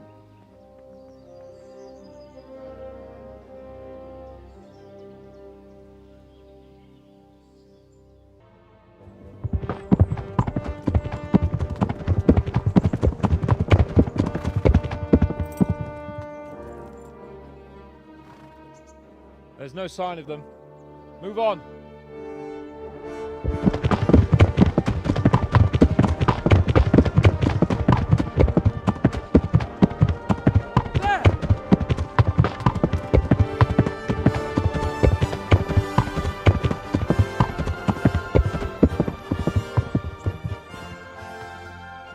Glad to see Istvan kept his word, sir. Not half as glad as I am, Your Grace. Well, we kept our word too, and now Toth has had his head start and he's fair game. Which way do they go? To the north, but I would be careful, Sir Hans. Fear not, Your Grace. I have twice as many men as he. Well, I won't keep you any longer. I'm sure the two of you have a lot to say to each other. Let's go!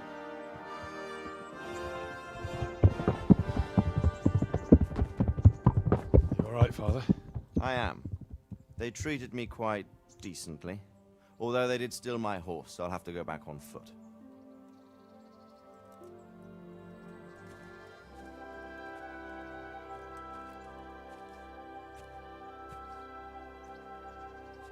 It looks like it's all over. Not by a long shot. It won't be over until we get this mess cleared up. And catch that bastard. How could we let him go? Would you rather we killed him? Even if it meant Lady Stephanie and I died too? No, of course not. But what was to stop us from killing him after the exchange? Honor? Honor? If the word of honor of a nobleman could not be trusted, then he would never have agreed to the exchange. And where's the honor in abandoning your son? You know how it is. We were young. It happened. And I couldn't marry a commoner. Then your father, Martin, came along and took care of both of you. He knew it. What? That I was your father? Certainly. He was a great man. He took you as his own. And always kept an eye on you. Of that you can be sure. I know so little about his past. He told you nothing? Oddly enough, even though you don't have his blood, you're very like him. When he was around your age, he became bored of his trade and set out to see the world. He lived through many adventures, even fought in a war. In a war? Yes, in Poland, I believe. And I don't think he cared much for it. That's why he wanted me to stay at home.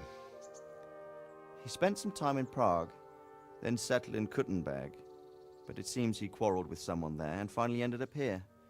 You know the rest. I loved him, but even so, I somehow always had a feeling I didn't quite fit in. It was in your blood, I suppose.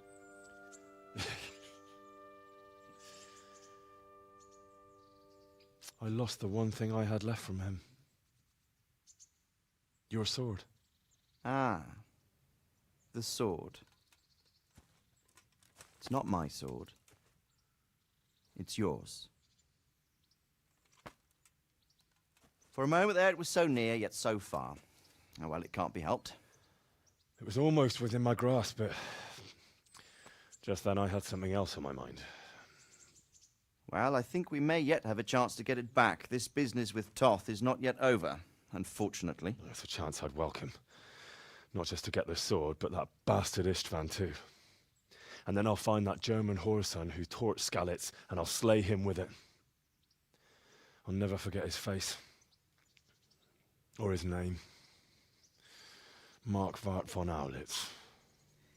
Those are noble intentions, son. But don't forget there are other things in this world that are worth living for. Like what? Look around you. Blue skies overhead, green grass underfoot, beautiful girls. Good wine, a few good friends, and a fine steed under your backside. Those are things worth living for. Though I can't deny that swine who killed your mother must pay for what he did. But it's better not to dwell too much on that at the cost of those other things. On the subject of steeds, I think we'll have to ride like the Knights Templar. How's that? 2 up. One day I'll tell you how they got their seal. You can take the front.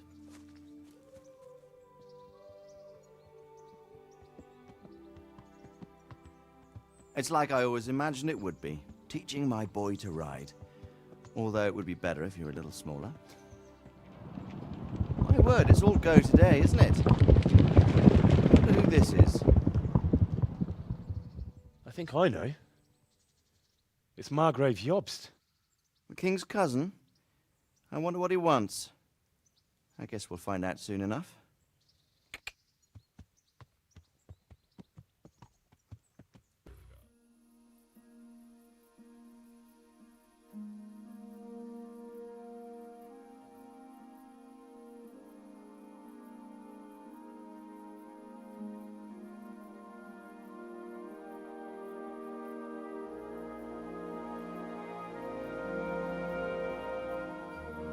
doing well, son.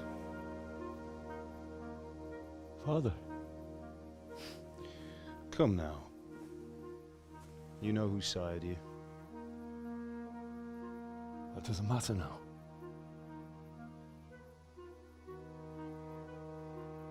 I miss you, Amar. I miss you very much. You'll be fine. We're proud of you. For what? I let you down. I lost the sword. I let that bastard get away. Don't be so hard on yourself. There was nothing you could have done to save us. And someone has to live and carry the torch. As for the sword, it's just a thing. You didn't want me fighting. Now look at me. Standing up to evil isn't the same as sowing its seeds. You did what was right.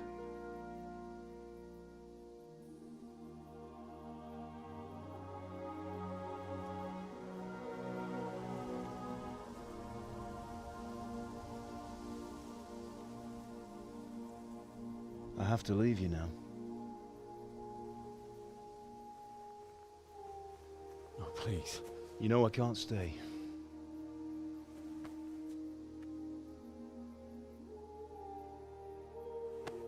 Will I ever see you again? God knows.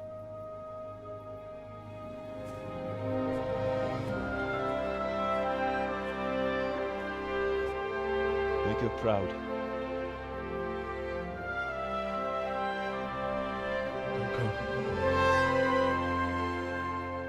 Don't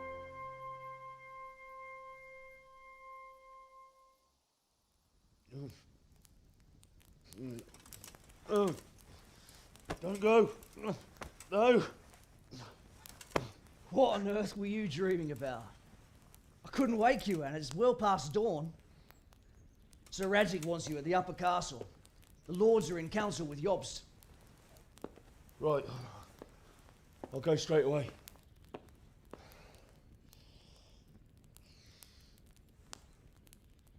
What is it? It's just... I don't know how to address you anymore. All of a sudden you're Sir Radzig's son, hobnobbing with lords and ladies. And here's me, as common as muck. Oh, give over, you idiot. Do I look like a lord to you? Not really. You're as much a lord as I am a nun. And I've never looked good in a habit. Get out of here! Or I'll have you clapped in the stocks.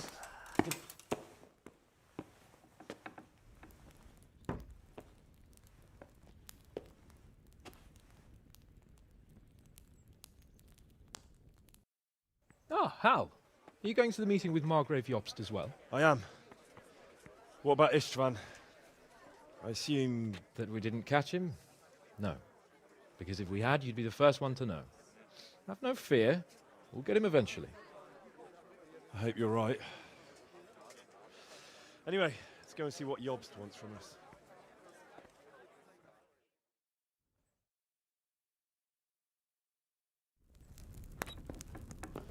My lords, Christ's blessings on you all. And on you, Lord Gapen. And this is my son, Henry. I didn't know you had a son, Sir Radzig. It came as a bit of a surprise to young Henry, too. This gentleman here is John II of Liechtenstein, a member of my council. I'm honored, gentlemen. Come join us. Margrave Jobst was just about to tell us the reason for his visit. Your Grace? I'm sure we're all agreed, Your Graces, that all this unrest must come to an end. This kingdom needs a king. Question is, which king? My cousin, Wenceslas IV, who is being held in captivity. I have to confess, my lord, that your answer surprises me a little. If I'm correctly informed, until recently you sided with your other cousin, Sigismund. That I cannot deny, and I have always stated my position plainly. But Times have changed. How have they changed, Your Grace? Sir, there is one thing on which we undoubtedly concur. That King Wenceslas, unfortunately, did not inherit his father's gift for governing. Sadly, his failures have cost Bohemia, the nobles, and our whole Luxembourg family a great deal of money and effort. How did the king let it go so far, damn it? It's in his temperament. He cares only for wine, women, and the hunt. A king, in fact, who never wanted to be king. Then why didn't he just let his brother have the crown? Young sir, the crown weighs heavy when there are duties to be performed, but to surrender it means giving up great privileges too. But he did surrender power to his brother. When things started getting out of hand, Wenceslas appealed to Sigismund for help in restoring order. What, you're saying Wenceslas has invited him here? This is starting to make my head spin. Actually, it makes sense when you think about it. Sigismund wanted to re-establish the power of the whole House of Luxembourg. He thought if he helped Wenceslas win the imperial crown, in return his brother would help him become the king of the Romans, and leave the actual reign of Bohemia and the empire to him. Sigismund would govern, while Wenceslas could carry on doing what he was best at, enjoying the life of the imperial court. Why wasn't Wenceslas crowned Holy Roman Emperor long ago? He was already elected king of the Romans. All he had to do was go and let the Pope put the damn imperial crown on his head.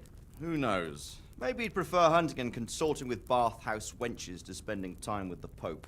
Well, so would I must admit.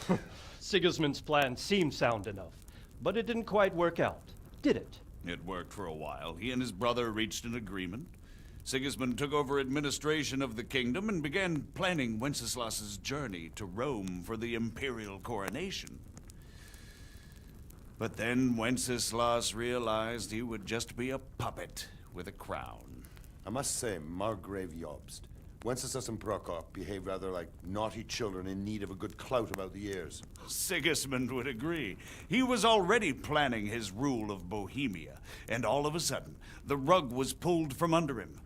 I'd say he lost his patience and decided he'd drag Wenceslas to the coronation kicking and screaming if he had to. Just like a naughty child, as you say. So he abducted him and your brother Prokop too, if I heard correctly. Correct. And you helped him do it, if I heard correctly. Yes, your graces, it's true. I was there when Sigismund abducted Prokop. I thought everything could somehow be settled, that we could make my brother see sense. But Sigismund just wanted to put an end to the dispute once and for all, whatever the cost. There was nothing I could do to stop him. And that's one of the reasons why I'm here. The worst of it is that it was all for nothing. Instead of putting a stop to the revolt, it escalated it, and the result is this chaos we have today. That's true enough, sir. But I must admit now, I'm not sure what your position is. The king is incompetent, but we must protect him? The simple truth, gentlemen, is that for all of Wenceslas's faults, we have no one else. So we'll have to make do with his idleness. People like him, though. But what can we do now? Sigismund has the League of Lords behind him. Otto von Bergholf, Heinrich von Rosenberg. The situation has gotten completely out of control. Now even the nobles of the League of Lords are realizing that Sigismund wasn't the right choice. So now Bergholf is on your side. Are we to assemble an army together with him and face Sigismund on the field of battle? We're not in Hungary now. Such affairs may be settled elegantly, without unnecessary hostilities or expenses. I have negotiated an alliance with the Hungarian bishops, the Polish, and of course the Czech nobility, against Sigismund. Every day he is losing the ground under his feet, and that's why I need your help too. What kind of help, though? Sigismund has a massive army, and Rosenberg, Berghof, and Prague are behind him. Do you have an army you could face him with? But that's not what I mean at all. There's been a revolt against Sigismund in Hungary, partly due to my efforts, and now he'll have to choose whether he wants to gain the Bohemian crown, which is a very risky enterprise, or hold on to the Hungarian one. He can't have both. And there's a tough struggle awaiting him in Hungary. I'm not sure he'll win, and Rosenberg and Berghoff know it too. They're not stupid. If the Bohemian nobility stands together, they will turn. We are men of little consequence, Margrave. Radzig here lost everything because of his alliance with Wenceslas. Sir Divish came within a hair of the same fate. Even Rattay is defenseless against Sigismund and the League of Lords. What's more, Your Grace, King Wenceslas languishes in captivity in Vienna. He can't rule too well from there. And what do you propose? To sit with your arms folded till the Bohemian lands are turned to ashes like Skalitz? We have to put a stop to this senseless war! And do you know, sir, what the true position of the League of Lords is? I'm not on the best of terms with them at this moment, so you'll have to ask them yourselves. Yes. Why not? I'll go and visit Berghoff at his castle and we'll see what he tells me. You know, that's not such a bad idea, young sir. True. Though a little risky. I doubt Berghoff would harm a blue-blooded envoy.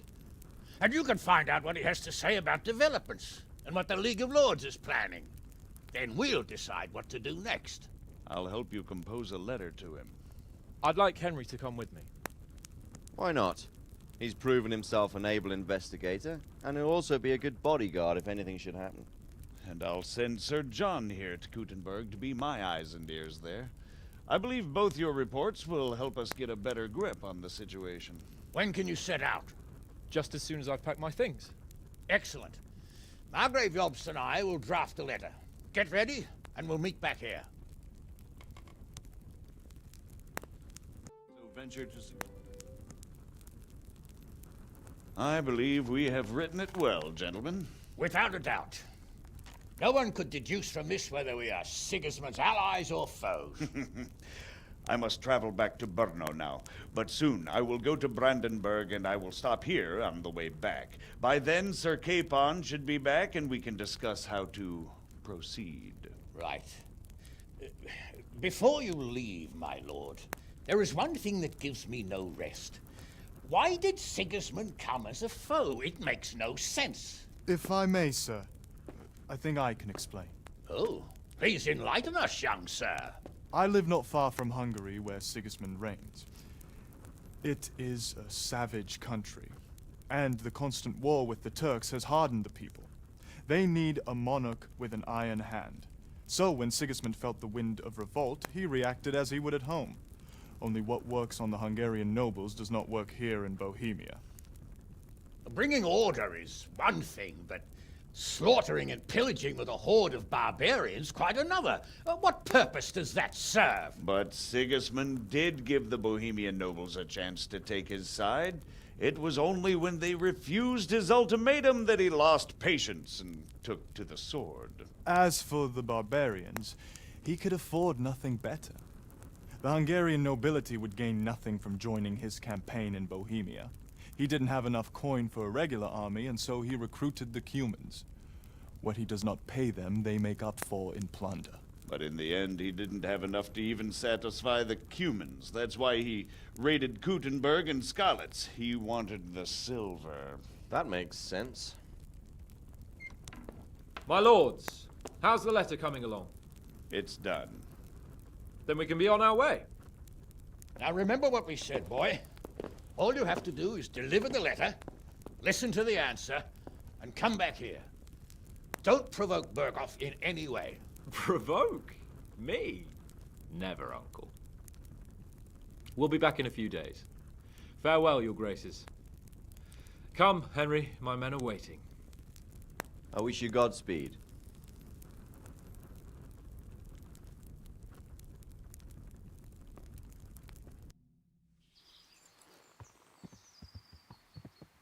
Let's get to it then. I finally have the feeling we're doing something worthwhile. We're helping to save the king. Instead of saving his drunken majesty, I'd rather find that whoreson who murdered my parents, get the sword back from him, and skewer him with it. Cheer up, Henry. I have a feeling you'll get your chance one day, and it won't be long in coming. Forward, men! Audentes fortuna juvat!